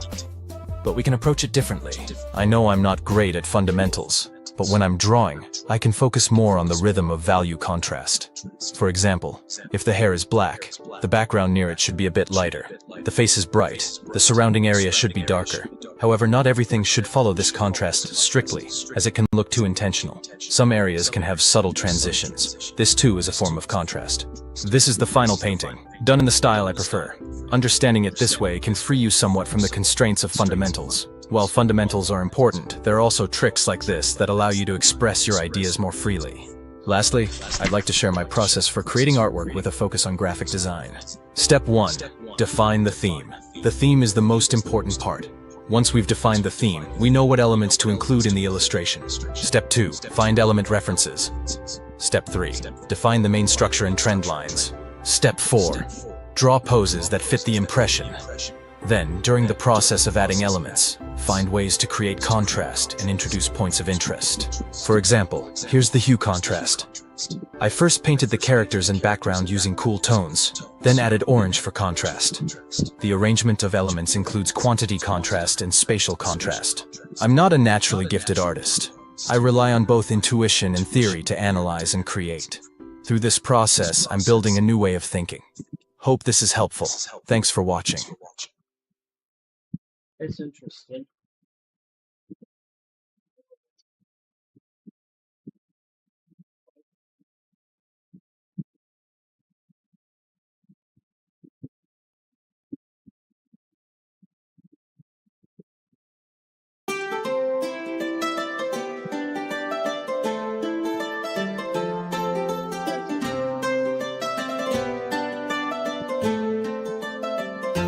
Hey guys, this is Suniko Mantua, and today I'm going to talk about some animation software that's used in the animation industry, especially for 2D animation. Whether you're looking for 2D animation software for work or for personal use, the ones I'm going to talk about are considered industry standard, meaning that they are commonly used within studios. And maybe give my perspective if you're having difficulty on which one to move forward with. So I'm going to be talking about Adobe Animate, Clip Studio, TV Paint Pro, and Toon Boom Harmony. And I'm pretty sure I'm going to do a follow-up video talking about other ones that I missed out or other ones that I'll learn in the future. I'm actually going to exclude Blender in this list because Blender, while I do think there's a lot of promise with the grease pencil tools and that it's free and there's a lot of amazing things you can do with Blender, I don't think it's commonly used within 2D animated productions. And not a lot of animators who primarily work in 2D animation utilize Blender fully. Maybe more in the indie side, but it's not yet at a place where I see many studios utilize it. So in this video, I do want to talk about the general summary of the software, works I've personally done with them, what I like about the software, and things where I felt like there's room for improvement. And towards the end of the video, maybe give my own advice and opinions about which ones to move forward with depending on your goal. So first of all, let's talk about Adobe Animate. Formerly known as Flash, this was the go-to digital animation software for many users. A lot of animators that I personally know started with Adobe Animate or Flash. Studios like Bobby Pills and Titmouse are companies that heavily utilize Adobe Animate or a version of Flash. Sadly and understandably, it's been having a decline due to Adobe's lack of support for Adobe Animate and support for the Flash and Shockwave format. Since then, other 2D animation softwares have caught up, doing a much better job and being a better preference for animators. So I do have a sentimental value for Adobe Animate because it's what I made my very early animated work on. I animated my second year student film Crayon Dragon in Adobe Animate, an older version of it. Some of my early shots for my Dusk's Flight short were animated in Adobe Animate. What I really loved about Adobe Animate, and I'm pretty sure a lot of people who started with Flash and Adobe Animate, is its library system, which is a way to store and reuse assets like loops, pre-made animation that you can just reuse over and over again, poses for different mouth shapes, or reusing a drawing instead of having to redraw it and recolor it over and over again. It is part of the Adobe ecosystem, so if you have a compositing software like After Effects where you can put in your effects, or combine the animation with the backgrounds, things like that, having a finished shot, you can actually just import the project files of your Adobe Animate files instead of having to export it into a video or image sequence for it to load in After Effects. Some studios actually still utilize older versions of Adobe Animate or Flash because that's when it was the most ideal. And that's something that I do want to talk about because over the years, it has been pretty clunky as of late. It doesn't optimize its playback, so when you play and preview your animation, it's actually playing much slower than it should be. The drawing tools aren't the best, and only a small quality of life elements were improved over time, like the ability to flip between drawings instead of single frames, something that other animation programs have done years before. It's weird because there are things where they took a step forward, but several things that took a step back. To use, you need access to the Creative Cloud membership from Adobe. That's about $60 a month. Now, that might seem pricey, but if you see yourself using the Adobe Creative Cloud stuff like Adobe Animate, Adobe Audition, Adobe After Effects, Photoshop, amongst other Adobe programs, it's actually not a bad deal. And that comes with updates and different versions that you can install. $60 is not chump change, but you get way more than a single program, and I guess a Creative Cloud drive, which I barely use. And as someone who uses Adobe programs for my line of work, both professionally and personal, it makes it worth it to me.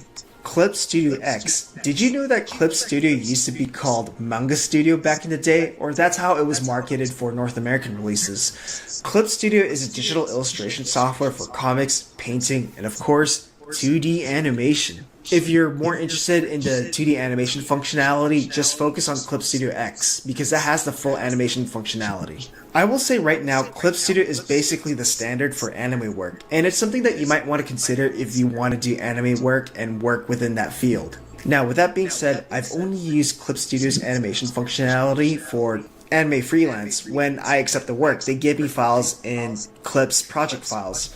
The way Clip works is ideal for anime work because you can easily export your cells as image files instead of rendering every single frame, and that's kind of the submission that they ask for when you're submitting them. There's many ways you can export them. You can even export them into every single frame if you wanted to, but what I really like about Clip Studio is that you can export each layer into its own movie file or its own image sequence, and it'll have its own folder when you export them. Not only that, a single drawing within the timeline or a single cell within the timeline can have multiple layers. So if you're submitting like Genga with your shadow shapes and lighting shapes, and each of those things are in separate layers, you can put it in the same cell. Whereas in other programs, it's all just layer based. I have to make a layer for the line art, a layer for the rough drawings, a layer for the shadow shapes, a layer for like the highlights and the lighting shapes. But no, there's a lot of things that are pretty straightforward and simple, like making the camera move. Another thing that I'd like to add is that drawing in Clip Studio is such a blessing. The brushes are great, the pencil tools are great, so much better than drawing in Photoshop.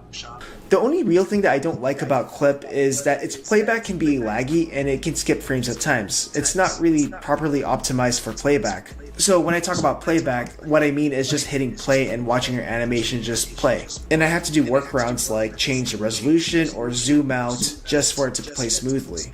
The pricing for Clip Studio X is about $258 US for a one-time payment, and for monthly payments, I believe it's about $9 USD per month. It's not a bad deal if you ask me, and many users seem to agree as more of them are migrating from expensive programs to a program like Clip. TV Paint Pro. Did you know at one point TV Paint used to be called Mirage? So TV Paint is my go-to software as I've used it for over 10 years now. It's fast, it has a lot of friendly features for traditional style animation or for people who prefer animating in that classical style. TV Paint is raster based, meaning it's bitmap based, so think of it like Photoshop. You can paint on it, you can smudge on it, so it allows for a lot of animators and artists to experiment with it. Flipping between different drawings and key poses is a dream because you can customize based on if you want to flip between bookmark drawings, if you want to flip between different drawings or different in-betweens. There's a lot of customization for that.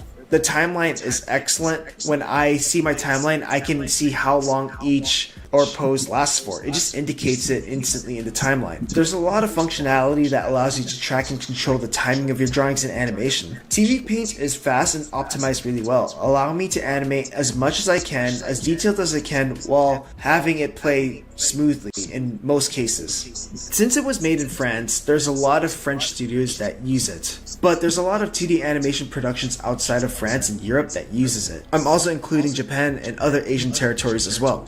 Because it's currently my go-to hand-drawn animation, a lot of my work has been done in TV Paint, especially my recent modern ones. I've even done some anime freelance with TV Paint because it felt faster than doing it in Clip Studio for me. Now, when I started using TV Paint, I will say that the learning curve compared to other programs was pretty steep because they do things a little differently.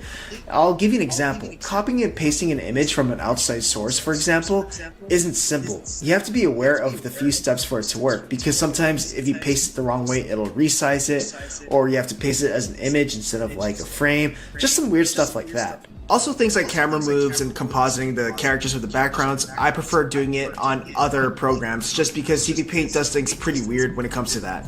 I will also say that it took about 10 fucking years to update from TV Paint 11 to 12. 12 has some amazing features in it, but goddamn. TV Paint Pro is a version that I use, and the current versions for TV Paint Pro is going for the price of about 1,850 USD for a one-time payment and 751 USD for the standard. It's not cheap, but it sounds about right for professional animation software. However, I will say they have been pretty good with their discount offers, so if you want to simply upgrade from, let's say, a previous version to the next, some of those discounts can be about 50% off or more for what you would normally pay for a brand new perpetual license. Toon Boom Harmony is pretty much the industry standard for a lot of shows and productions. Most animated TV shows are usually done with Harmony.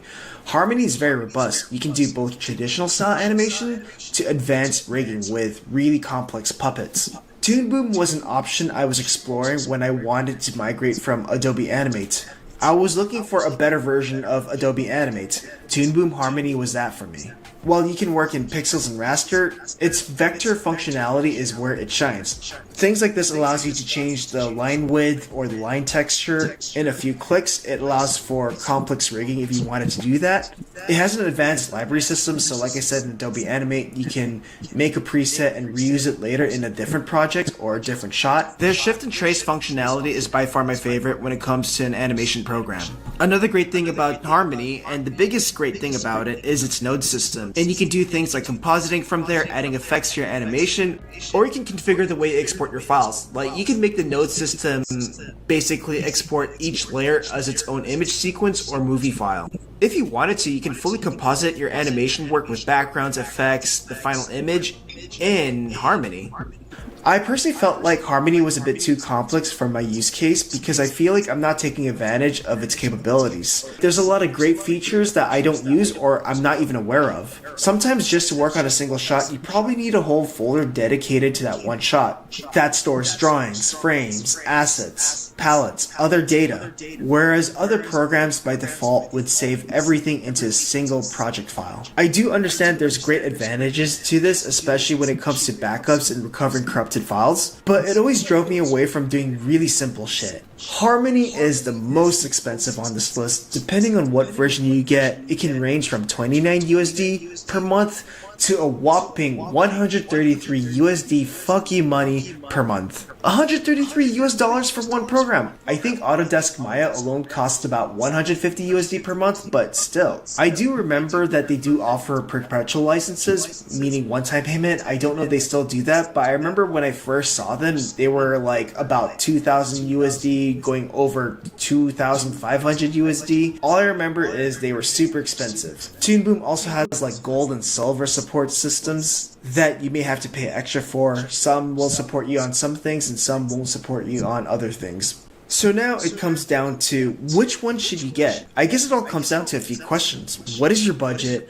What kind of work do you want to do with it? Are you using other programs with the animation software for things like backgrounds and compositing and video editing? And by the end of it, I'll probably give you guys my most logical choice. So if you're looking for value pricing and you just want to animate in 2D, Clip Studio is probably the best option. You might also want to consider getting into Clip Studio if you want to work in the anime industry, because they exchange files with Clip. From my experience, that is. TV Paint to me feels the most natural to me when it comes to animating, especially if you love animating in that traditional style of animation. With TV Paint, there's a lot of convenient tools for hand-drawn animation, especially in that classical hand-drawn style. You just have a lot of control over the animation stuff, like controlling the timing, controlling what drawings to flip between. That is so convenient and is still unrivaled. That's why it's still such a strong go-to for a lot of professional 2D animators. Harmony is tricky. Harmony is a really good program, but at the same time, it's super expensive. But there's also a lot of gray zones because there's so many different versions, different payment plans. While it is being used within major studios, there are plenty of pricing options for different versions. The cheapest options, even though I personally think it's still up there, 29 USD a month, won't have options that you might want to have, like shift and trace options, whereas the next version will have those options, but it will also have a lot of options that you don't really need for a steep price jump. If you see yourself using it for professional work or you want to deal with working with rigs, it's worth looking into. When a good deal happens to come your way, go for it. I do personally think it's a great software no matter which option you get, but I'd feel more comfortable using it if it was for work, it was supplied by work, or I get a really good discount. Adobe Animate, I just don't even bother with it because it's a program that's lacked support over the years and a lot of other programs have outshined it. Could you still animate decently with Adobe Animate? Yeah, but I gotta be honest with you, it runs like ass nowadays. So if you're looking for the safest and smartest choice, I would probably say Clip Studio Pro because not only is it the cheapest option here, but there's a growing community in it, it's getting popular, and a lot of anime studios use it. And that's something you might want to know if you're trying to get into anime work. You can use Clip Studio for simply just drawing, for illustration, for painting, for drawing. There's a lot of things that you can do with Clip Studio. Now, if you're an animator that's looking for something that's a lot more robust when it comes to the animation tools, then I would look into TV Paint and Toon Boom Harmony. I will say that between TV Paint and Toon Boom Harmony, it's kind of like a tie, but I think for very different reasons. TV Paint to me feels the most natural to animate with. It's fast, it feels good to draw in, a lot of convenience when it comes to the animation tools. I will say that it is the most artist-friendly program that I've used because it allows for experimentation. Like if you've wanted to experiment with a painterly style for hand-drawn animation, you can easily do that, and there's so many ways you can do that.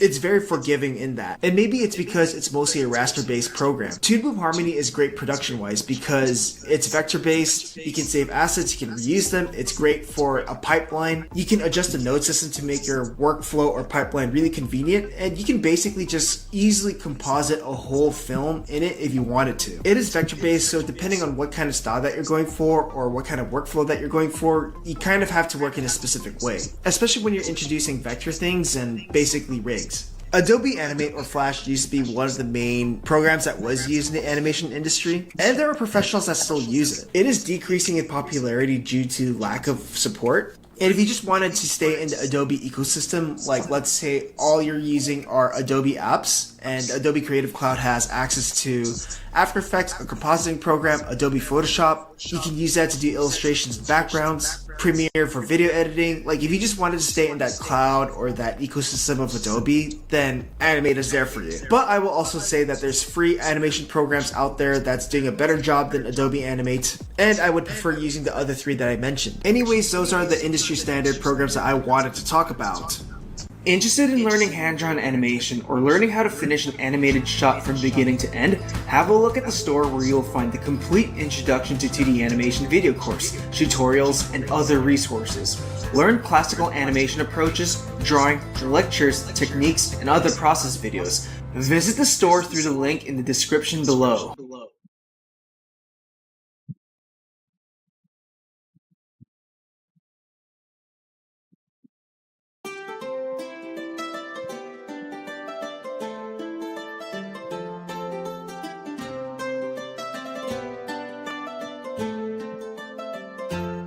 Hey guys, it's Suniko Patua, and today I want to talk about how I turn my storyboards into fleshed out animatics, or watchable storyboard reels. Now you may have seen me experiment with animatics that are fleshed out, that have a bit more animation or lighting, and I do want to talk about my process on how I get to that. Now, I've already talked about the whole storyboard discussion of seeing storyboards that are fully animated and fully posed out. That oftentimes repeats the conversation of what's a storyboard, what's an animatic. There's a whole controversial debate about it on Twitter, online, every time someone posts a super fleshed out animatic, especially from an action show. I already made a video talking about my overall opinion about this, so I'm not going to get too deep into that. I'm really just going to talk about my overall process of how I turn my really rough storyboards into these fleshed out animatics. First off, let's talk about thumbnailing. I personally think that thumbnailing is the heart of storyboarding, because at this point, you're just presenting ideas. And this could mean very crude, loose, limited drawings. But it gets the idea across. Now, some of you guys may see storyboards feeling like overly posed out animatics at times, but all of that is really just icing of the cake. I actually spend a lot of time thinking about my shot choices, my staging, and the storytelling aspect. Now, I've talked about the thumbnail stage a few times in my channel, especially in my Sonic the Hedgehog 2 work, but if you guys want me to make an exclusive video on how I approach thumbnails in the very first part of storyboarding, and in my opinion, the most crucial part of storyboarding, let me know. So I would prepare a very loose thumbnail version of my storyboards, where I showcase the blocking, staging. Due to my experience of working in action shows, I've been making it a habit to include the horizon line, because that's where I can indicate my vanishing point, my perspective, my camera angles, grids if I need to do that, still keeping the drawings very simple. For my professional work nowadays, I use Storyboard Pro. It's the industry standard for a lot of storyboard work. What's great about this program is not only can I just storyboard, but I can also edit my storyboards into video with camera moves. And that's what I do. I'll just do a rough thumbnail version and add some timing, some camera moves, just to make a watchable version of my storyboards with these very loose thumbnail drawings, just to get an idea across. In almost every case, I try to avoid animating the poses. I usually just use arrows to indicate an idea for the movement that I have in mind, and as long as the intentions are clear. Whether I'm working in a studio or I'm working with a client, or I'm just doing these things by myself, this is where I can catch if something is too long or too short, what needs to be added, what needs to be removed, before I actually start making the drawings look nice. And if I'm working with a client, it allows them to see a watchable version of this project. But yeah, one of the main reasons why I use Storyboard Pro is I can board and edit on the fly, or thumbnail and edit on the fly. So as you can see here, this is a rough drawing. It's a single drawing, but there's camera moves and it's all timed out with the key frame and the key poses here for the cameras. So this is great for me to kind of make a watchable version of my work. Before I show it off to clients, or just so that when I start polishing these boards, at least the timing is already there. And what's great is that I can also work off canvas. So if I were to show you guys this whole shot without the camera moves, it's just this guy getting his head blown off.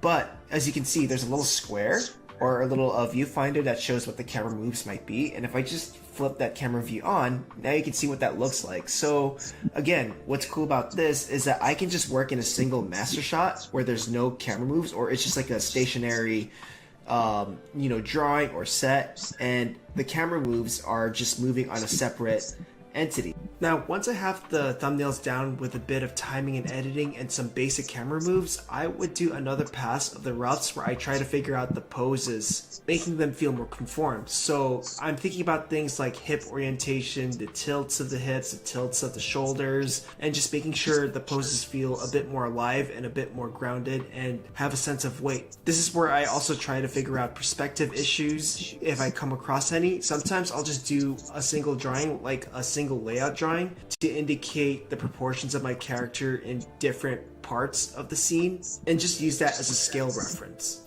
As far as drawings go, you can tell that I'm still being very rough, but I'm already trying to indicate the orientation and the angles of where the body is facing, breaking down certain shapes into solid primitives like cubes, spheres, etc., tubes, just so that I have a reference for solid drawing. But from here, I'm also now adding a bit more posing. Depending on the scene, this could be really complex, but I try to be as simple as possible with limited drawings, but with stronger poses. But again, it depends on the scene itself. If it's a very subtle scene, you can get away with less drawings. If it's an action scene that has a lot more specific beats, you might want to show more information with more drawings. But even at this stage, I'm trying to avoid things like in-betweening or over-posing or elaborating more on the movement, because if I want to and I have time for that, I can do that later on, and I'll show you how I do that later in this video.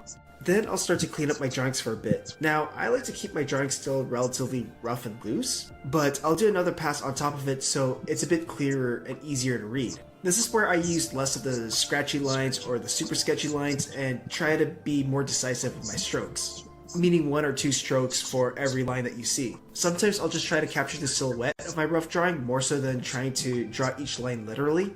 And then once I have a rough silhouette, I'll start adding in lines within that silhouette to close in on some of the details. Now, I'll do this for every rough pose that I have in another layer. And then once I have those key poses down, this is where I can make the decision to make more breakdowns and in-betweens by hand. In most cases, I'm just going to manipulate the drawings that I already have using the lasso tool and just change things frame by frame to have a bit of movement.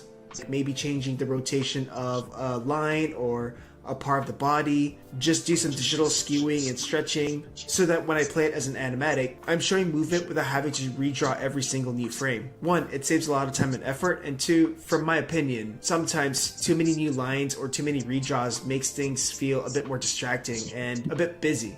Like, if there's a subtle change where the character's head only turns in a very slight angle and I decide to redraw that, it's gonna come off as really busy and distracting. Whereas I could just use the lasso tool, manipulate some parts of that face to give it the illusion of depth while it turns, without always having to make new drawings. A shot like this, there's only like 3 key poses, and in between those key poses, I'm really just manipulating things with the lasso tool, selecting bits of the nose or the face or the hair, and just moving it around just to add an illusion of movement. Oh, by the way, when it comes to cleaning up drawings, this is a stage where I start to finesse or clear the background a bit. So instead of just perspective lines and horizon, I'm describing the set just a bit more. Whether you want to leave the grid lines in the background, that's all up to you. Sometimes I do it, sometimes I don't. It's really up to you. Now, if I wanted to give my boards a bit of that finish, a bit of more atmosphere, then I think about things like tone, values, shadows, lighting, etc. So first of all, I'll make a solid mat for each of my drawings, and that just means having a solid fill underneath the drawing layer. And this is so that the character isn't always see-through. Now, it always depends what look I'm going for or what the context of the storyboard is. I like to think about darks against lights and lights against darks. Or maybe the background is a bit more faded and has less contrast, so it doesn't take the focus away from the characters. And again, it depends on the scene too, so I like to think about lighting a lot. Like, even putting a bit of highlight and some little lighting on the character gives a sense of focus in the framing. Like a sharp light on a character where everything is dark gives attention to that character. If the scene has a lot of like lighting and atmosphere and I want it to be moody, then I'll start utilizing soft shading. So things like soft lighting or soft shadows, just to have a much softer look for some shots. Maybe I could talk about how I think about lighting my scenes. That'll probably be another topic of its own. But to me, adding things like lighting and tone on my finished storyboards just makes the boards feel a lot more done. Now, I do want to talk quickly about camera moves, and I actually talked about it early on. So again, I tend to board in a way where it's just like one big shot per panel, where I tend to pose up my characters and the camera either follows them or does whatever it needs to. A program like Storyboard Pro allows me to work off canvas and allows me to move the camera around outside of the canvas as well. And again, one of the main reasons why I board like this is because I export these shots or these images into layouts when I need to put it into an animation file and animate on top of it. However, some scenes need a bit more elaboration and specificness to some camera moves, so especially when it comes to like 3D camera moves where a camera is actually flying through the scene and it's actually going through foreground elements and things like that, I sometimes just try to do that by hand. And when I board in Photoshop, so when I worked on Blue Eye Samurai and past feature productions, I actually did all the camera moves by hand. Like I would duplicate the storyboard panels, shift it around by a few inches or centimeters, whatever, and then just like make a new panel out of that. And it is the most tedious process I have ever had to deal with, especially working with Photoshop. So yeah, when it comes to camera moves, I try to keep it simple. Like if I'm just working on a 2D storyboard,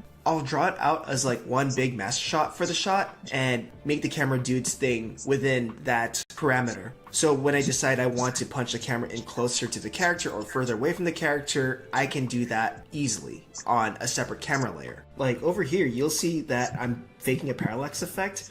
Like there is a camera move with the camera layer, but as you can also see, I'm moving the foreground elements and the far background element to give it that fake parallax look. So if I were to show the camera view, it actually looks like it's, you know, a 3D movement, just like small camera tricks like that. But yeah, I tend to work off canvas where like things are just like one single shot for each scene or each shot, yeah. And the camera move just does its own thing. So this is one big shot, but camera move again or camera view, you know. For this really dramatic shot with a car chase, it's actually just so yeah, I actually did have to sort of like animate things by hand or overpose them. The background is just like a 3 drawing loop of trees passing by. This alone is the sort of master shot or the panel, but if I add the camera move option on, now you can see it feels a lot more visceral because the camera is like rotating, it's shaking, but a lot of the legwork of the movement is already there.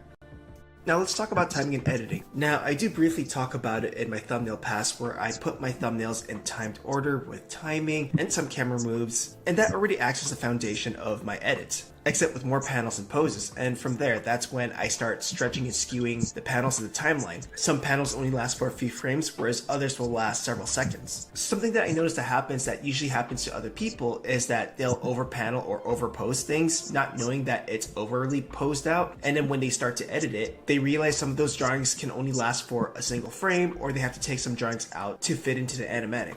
And I think that's one of the many reasons why you see overly posed or overly animated storyboards. Sometimes storyboard artists don't really know how many poses they're putting in until they have to time it out. But yeah, like what I showed here throughout this video, I boarded mostly in Storyboard Pro. And if I boarded my storyboards in Storyboard Pro, that's a tongue twister right there, I'll just do the editing in Storyboard Pro and save it as a movie file. And if I want to edit it some more, I'll bring it into Premiere or some other video editing program. If I boarded in Photoshop, I would actually export some of those panels into image sequences, bring it into a video editing program, and put it all together there. Or another thing that I would sometimes do is I would screen record myself actually flipping through my independent panels one panel at a time, and however I chose to sort of flip through my panels, how I timed it is actually recorded into a video. But yeah, since I primarily use Storyboard Pro nowadays for storyboarding, I basically do most of my rough edit there. Now, as for things like adding music and sound, it really depends on what my pipeline is, how I'm working, and the context of the storyboard. So sequences where I know music plays a pivotal role, I'll add the music track in my storyboard file and board to the music. Now, what about voice lines? Well, I try to add the voice lines within the storyboard files because I like to board hearing the voice acting, hearing the line delivery, and that'll dictate what my drawings might look like. But when the storyboards aren't really specific for the music, I'll actually add the music later on in another video editing program. So I'll render out my animatic as a movie file, put it in a video editing software, whether it's Adobe Premiere or something else. That's where I start adding music and sound. So yeah, that's just a basic rundown of how I turn my storyboards into animatics. And this is the way that I usually work on my personal projects as well as professional work. I start with rough thumbnails with pretty much no movement or animation, put it in, let's say, Storyboard Pro, figure out the camera and the timing if I need to do that, and then start fleshing out the drawings from there. Making the drawings feel more resolved, eventually cleaning up the lines so it's just a bit more clear, and then adding tone to add more atmosphere or lighting, etc. Now, the reason why I wanted to make this video is sort of to demystify some of the process of turning a storyboard into an animatic, especially the super polished storyboards that you see that are really posed out and animated really well. A lot of beginning story artists see that and say, oh, I'm going to try and make my storyboards as pretty as that, and they don't really think too hard about the foundation of the storyboards.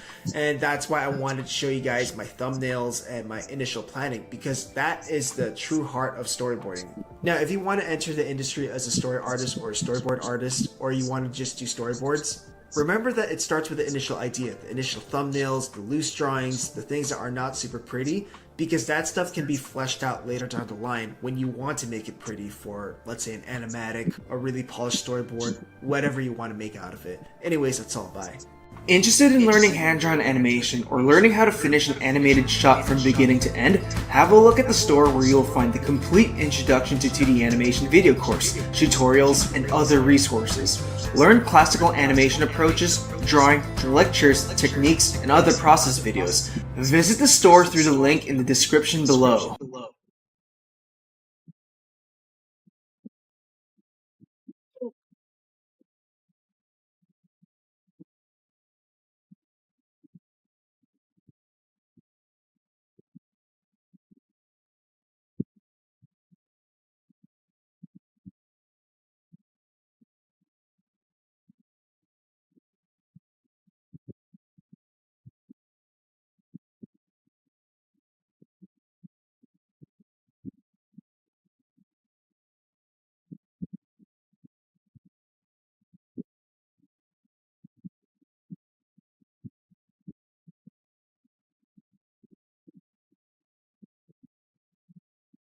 Got 30% chance of rain when we were coming out here, and this doesn't look like rain.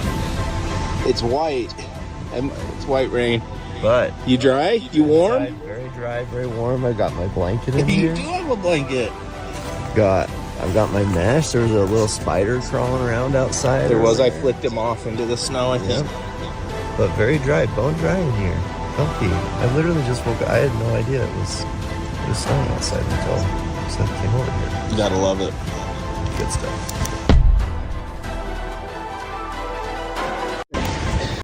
They made churros for the first time, and although they looked delicious, they didn't expect what happened after they bit into them at all. So just watch. Tiempo probar los churros.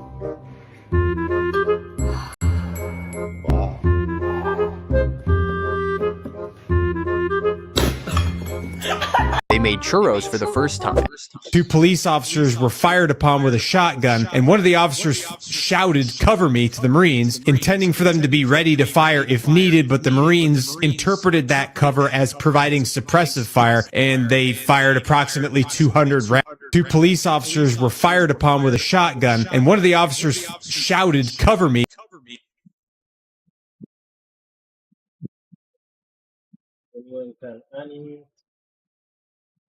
I decided to work on animations despite not knowing the first thing about it, and I got some results, so I want to share my ambitions and my process with you.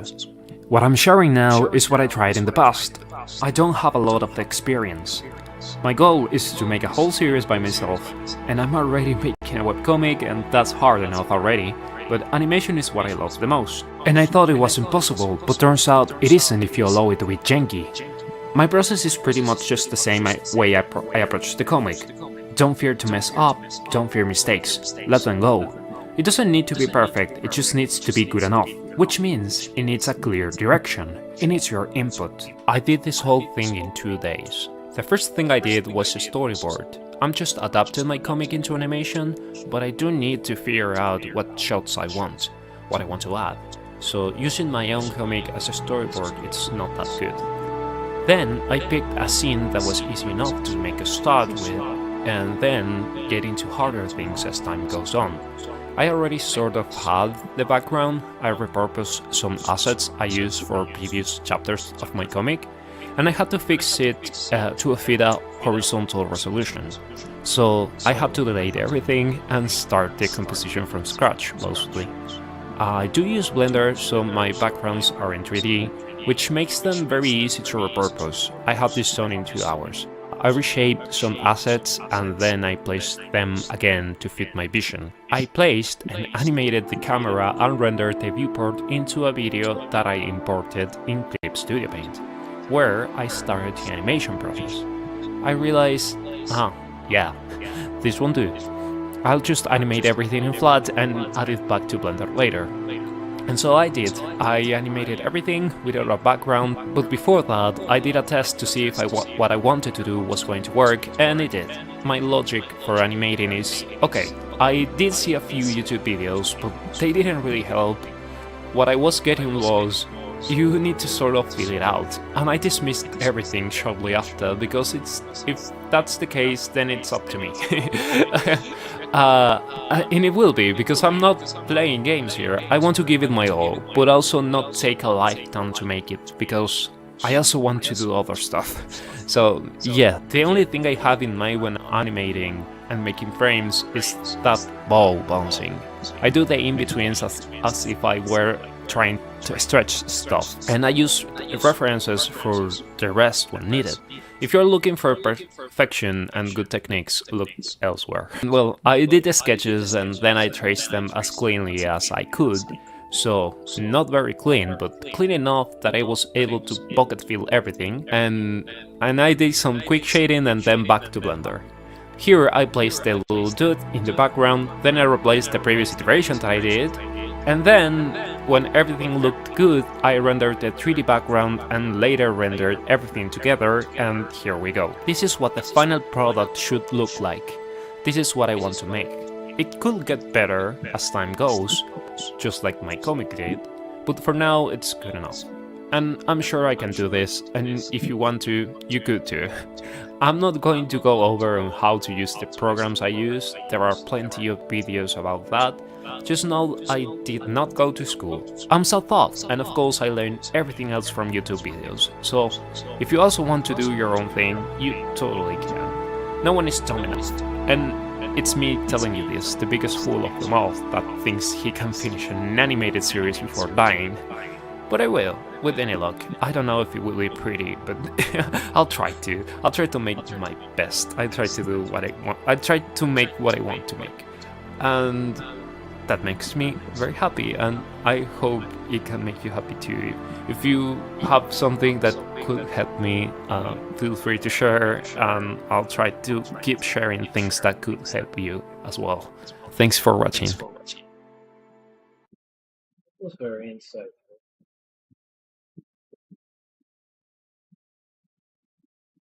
Great video, man.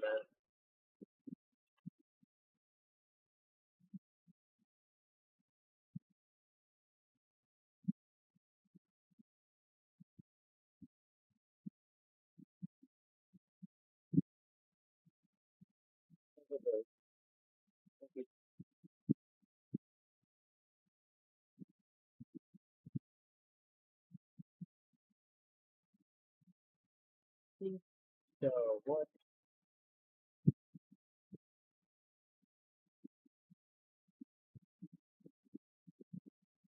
Animation in college? You can? Yeah, you can. All you gotta do. Oh my goodness. Yeah. Do you want to learn how to animate? Yeah, I do. Why do you sound like that? So this video isn't really a tutorial exactly, but I'm basically sharing the curriculum of an animation class I took, so if you want homework, do these assignments, I guess. Here's every assignment I had in animation class.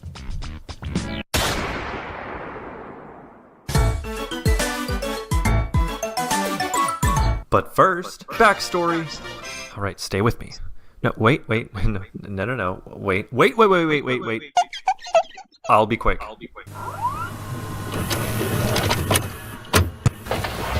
Fall 2018, I had the opportunity to attend college and pursue my biggest passion in life, animation. I wanted to work in the animation industry as a visual development artist. Okay, I'm gonna pause real quick. Basically, visual development is like concept art for animation. You got character design, environment design, stuff like that. After the long, stressful process of applying to the animation major, which had its ups and downs, somehow I managed to get in. Okay, let's actually start talking about animation. So, before I was accepted into the major, I had to take an Intro to 2D Animation class, and look, we all gotta start somewhere. And this is where I had to start. The bouncing ball. This is pretty much always the first exercise in an animation course, but it's a good intro to the 12 principles of animation, such as squash and stretch, timing, arcs. I'm not going to explain all of them, but if you want to learn more about the 12 principles, I'll link this video in the description. There's also tons of videos about it. So, if you want to learn how to animate, and you want to learn the fundamentals, but you're not even sure what the fundamentals are, learn the 12 principles, animate a bouncing ball. The bouncing ball also is good practice for like animating physics, and gravity, and that stuff is pretty important.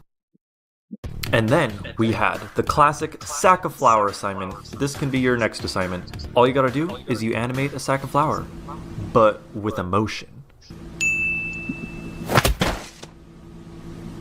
I have to sneeze.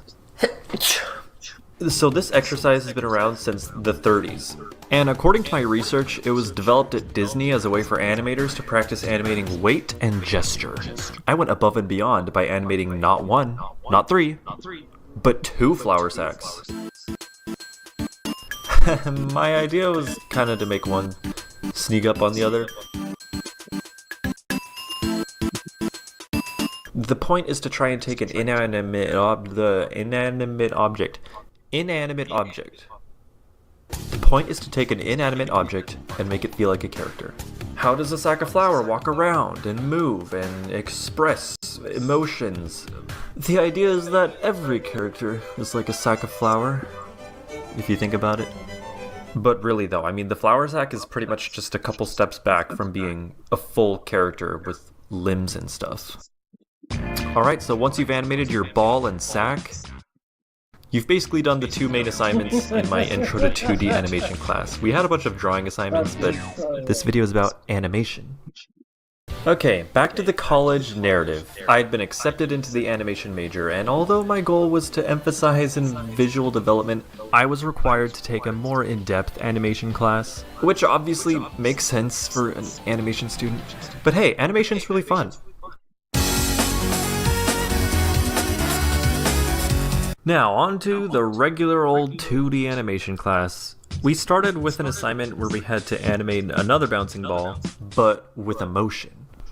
I chose lazy, just like myself. Look at that. Then we had to animate a sperm. What? Oh, my bad. The ball with tail assignment.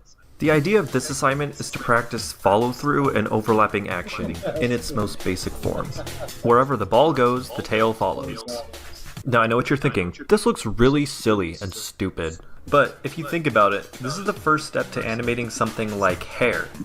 Are you ready? Look at this. Ready? Look. Ball, tail. Then we had another ball with tail assignment, but this time the ball had to be scared of something. I don't know, the criteria was really specific for some reason.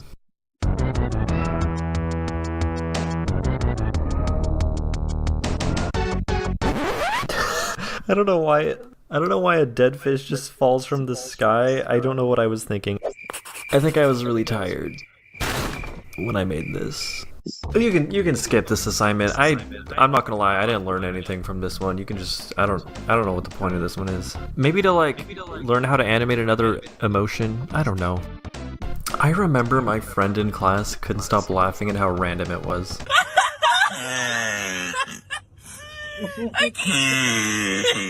Lip syncing. This assignment was really fun and also really useful. Roll the clip. Are Pop-Tarts ravioli? Wait, what? Are Pop-Tarts ravioli? Wait, are they? Whatever, this is a self-explanatory assignment. If you want to animate characters talking, you gotta learn how to draw and animate mouths. Yeah. Did you think about that? Next! Next! Can we skip this one? Please? No? It's really important? Ugh. I feel like I've improved at walk cycles now, but man, when I did this assignment, it was rough.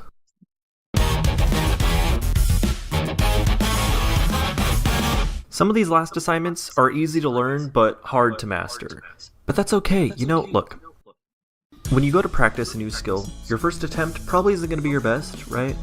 But just keep practicing, and it'll become easier.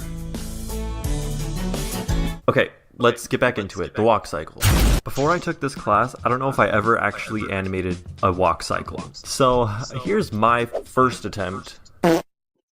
I was going for this cowboy outlaw guy with a big floppy hat, like sauntering, I guess. And okay, here's where I think I went wrong with this one. I think I went in to clean up the line art way too fast. I think I needed to do more rough passes before going in to clean it up, because the rough version I did doesn't look too bad. I mean, it looks okay. The movement feels like it's there. I just needed to go over it a few more times.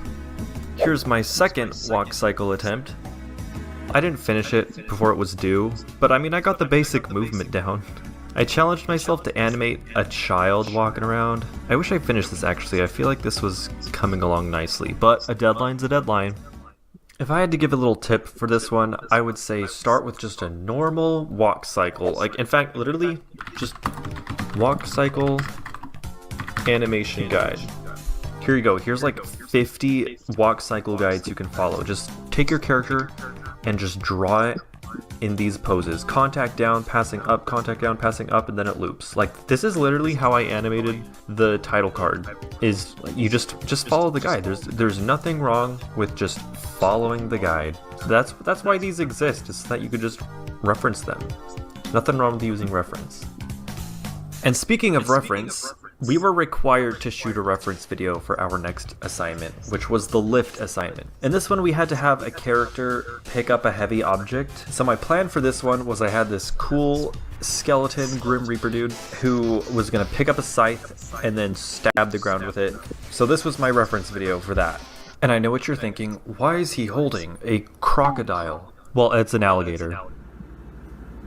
And so I was trying to make this reference video feel realistic, so I had a dumbbell in my backpack, but I wasn't gonna freaking ground pound it on my bedroom floor, so I just cut and used an alligator. Yeah, any other questions? And all that said, I couldn't finish the animation in time. It's a pretty rough version.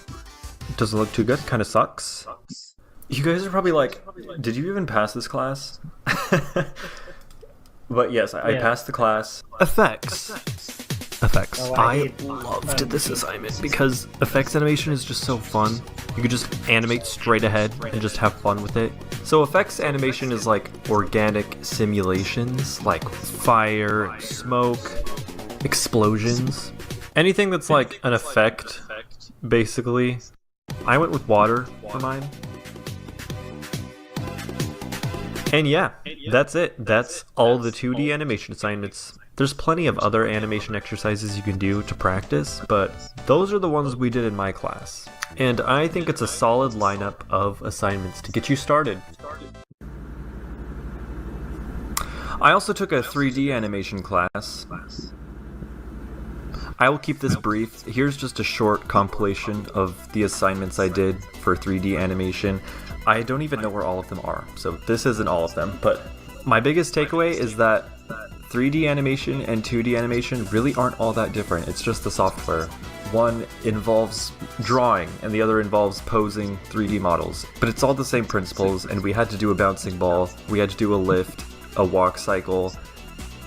But yeah, that was my experience learning animation in college. I mean, like, a small part of my experience. In conclusion, whether you're a prospective animation student or a hobby animator, Or maybe you just fell down a rabbit hole of animation videos and tutorials on YouTube. Well, hopefully you got something out of this. And maybe this video was kind of all over the place, and sorry about that, but hey, ever since I was 11 years old, and I had Jask Animation Shop 3 on my computer, and I was learning how to animate. Well, I've just loved animation, and I love talking about it, so I hope you liked the video.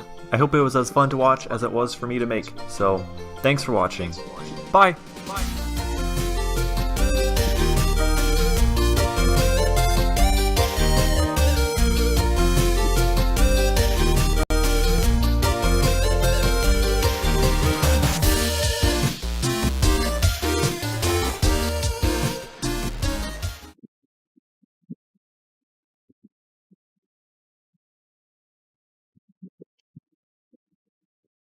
So we all know Sony Animation, the studio that brought us some of the best animated films, as well as some of the worst animated movies we've ever seen. Following up Smurfs and the Emoji Movie with the Spider-Verse is straight up diabolical. So to say they're confusing would be a massive understatement. But why? Why are they so inconsistent? And more importantly, why might that inconsistency actually be the reason they become the best animation studio in the next 5 years? There's a secret no one is talking about. Seriously. Because what I found when I started really looking into how Sony operates kind of blew my mind. See, Sony founded its animation division in 2002, but it wasn't born from a love of animation like Ghibli or Disney.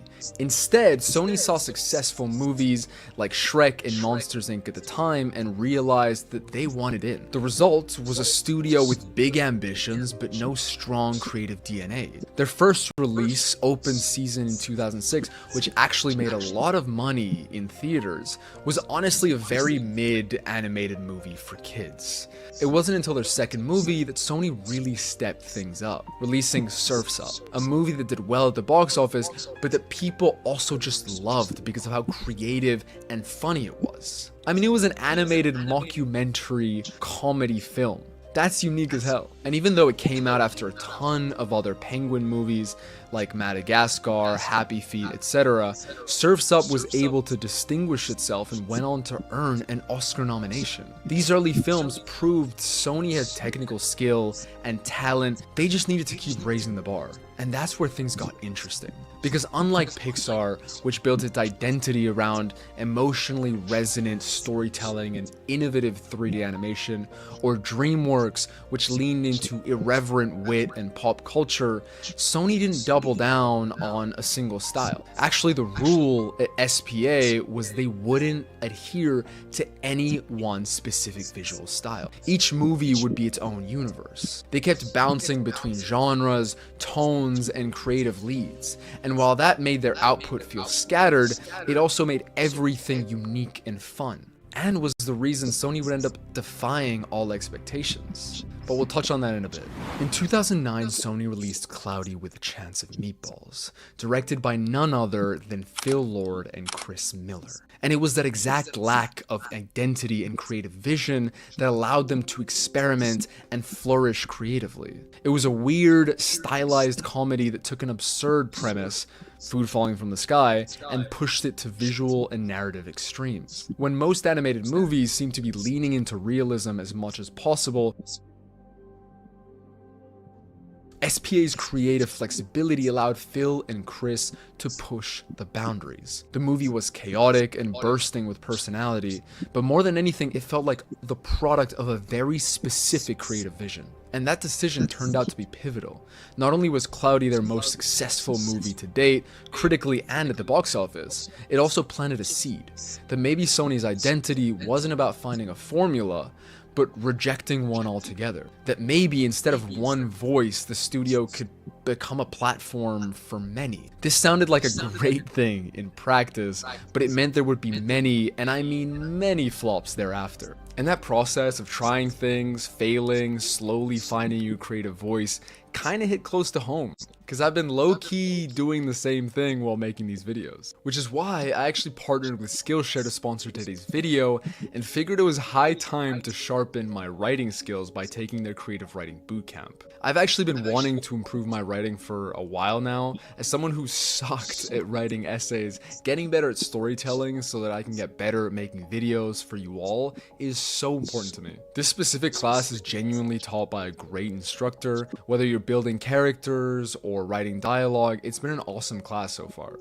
Especially the section on writing with empathy, which gave me a new lens for approaching the antagonist that I frequently talk about in my videos. And I know a lot of you are writing your own stories and doing your own animations, so this is definitely worth checking out. If you don't already know, Skillshare is an online learning platform where you can learn directly from real successful creatives, from professional illustrators to renowned graphic designers and writers. And the classes include everything from animation and illustration to design, writing, and so much more. The first 500 of you to use my link in the description or scan the QR code will receive 20% off your first year of Skillshare. Get started today. And you also get a 7-day free trial plus a 30-day money-back guarantee. So it's completely risk-free to try out. So you know what to do. Trust me, you will enjoy it. But now, back to those Sony flops I was mentioning.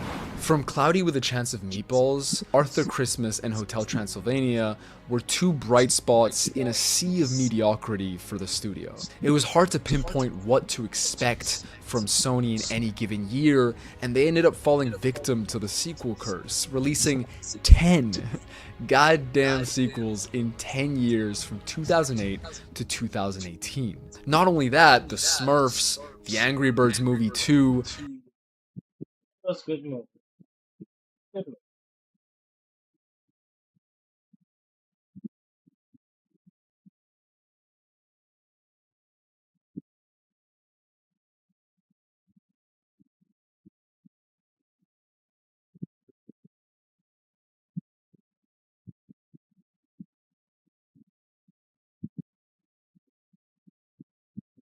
When I started streaming, I made mistakes that cost me months of growth. Mistakes I could have avoided if anyone had just told me what I'm about to tell you. If you're just starting out, these 13 tips could save you time, money, and a whole lot of frustration as you try and grow your channel.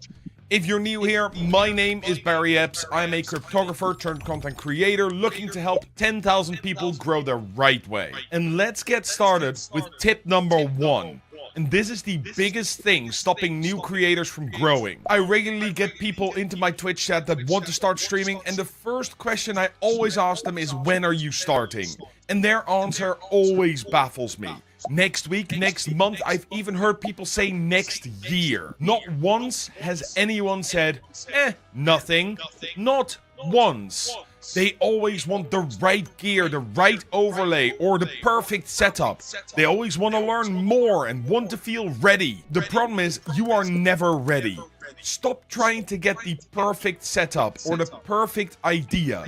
Just start. Especially if you're completely new to the creation game and don't have any other channels. Just start and see what happens. When you wait for perfect, you are never going to get started. There will always be that new thing that would make your setup perfect, or that perfect idea that someone else is going to beat you to. Choose a date right now and just start. Write it down if it's not today or tomorrow, and when the day comes, go live, no matter how scuffed it is going to be. And let it be scuffed. Which leads me to tip number 2. No one cares. Well, no one cares, open parenthesis, as much as you do, close parenthesis. Especially early on, nobody cares about you or your content. You might ask your friends and family to hang out with you while you are live, and they will, they want to support you.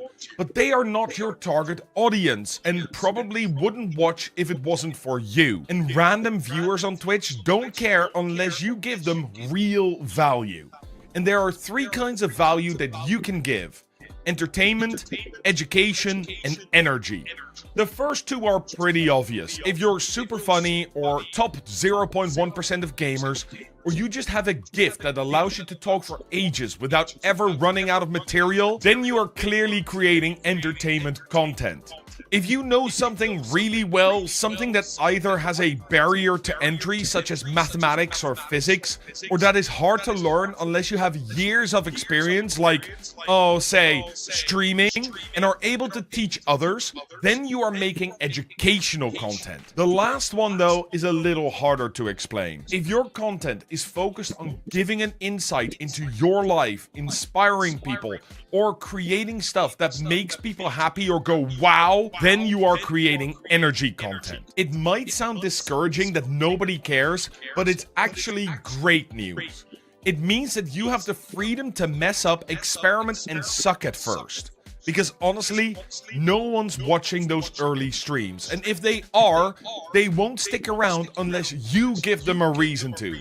And that means you, as a streamer, need to get better at delivering this value. Which brings us to tip number 3. You need to reflect on your streams and learn from them to improve the quality of your streams and yourself as a streamer. There are 2 ways to do this: the normal way and the efficient way. In the normal way, you would stream for a week, and then at the end of the week, you would pick a random segment of your stream and watch it for 15 to 30 minutes. When you're watching your stream, make sure to have a notebook and pen next to you and write down all the things you want to improve for your stream. After you are done making that list, pick 2 things from the list. Something technical like your audio, transitions, or commands, and one skill-based like losing your looking less bored, or talking to your chat. Focus on improving those for a week. Then do the whole thing over again. The efficient way is different. Now, after every stream, or every week if you struggle for time, do nothing else but watching it. No food, no games, and definitely no TikTok. The moment you get distracted, bored, or annoyed, stop the VOD and ask yourself, why did I get bored? And spend time figuring out the reason. Did you not talk enough? Did you get distracted by your phone? Or was there something completely different? For your next stream, try and change the thing you found that makes you boring. Talk more. Put your phone in a different room, or whatever it is, just do it. I did this and found I was boring AF. Reviewing my own VOD made me open YouTube to watch some shorts. That was definitely a wake-up call. After the new stream, do the same thing again and repeat this until you can watch an hour of your stream constantly entertained. Do this for 3 months and you will never be boring on stream again. Let's move on to tip number 4, which I have talked about before, but I need to include it here because it is one of the biggest mistakes that streamers make. Don't obsess over analytics. I know the draw of, but number go up. Trust me, I do. I'm a mathematician, I get it. But obsessing over your average viewers every day, your new followers, or even subs or bits is a waste of time. Plus, it can destroy your mental health and your career before it even really begins. Every stream is different. There will be some streams where you have 3 viewers, and then some where you have 10, and some where you only have 1. It can change from day to day without any reason for the change. When you start letting your numbers decide if your stream was good or not, you forget things that actually matter, like, did you enjoy it? Was chat engaged? And how was the vibe with your viewers? Now, don't get me wrong, analytics can be good, but only when you look at them over 30 or even 90 days. They can tell you if you are growing, if your growth is accelerating, even if it's time for you to switch games or niches. Streaming is a marathon, not a sprint. If you're constantly refreshing your stats to feel good about yourself, you're setting up a fast track to burnout. Even worse, you might start changing your content based on numbers instead of what you actually enjoy. The best creators in the world didn't build their communities overnight. They stuck with it because they loved doing it, even when no one was watching. If these tips so far are helping you, or you're already a streamer and recognize yourself in these mistakes, then make sure to subscribe to stay up to date of all the content that we do. And leave a comment while you're down there. On to tip number 5, and this is an important one, because we are going to talk about what makes your channel yours. Your why. It's easy to fall into the trap of thinking your stream has to look like someone else's. You see your favorite big streamers, the slick overlays, the crazy high production, the energy, and you think that's what success looks like. So I should do that. But Here's the truth. You're not them. That's a good thing. The most valuable thing your stream has is you. Your personality, your perspective, your sense of humor.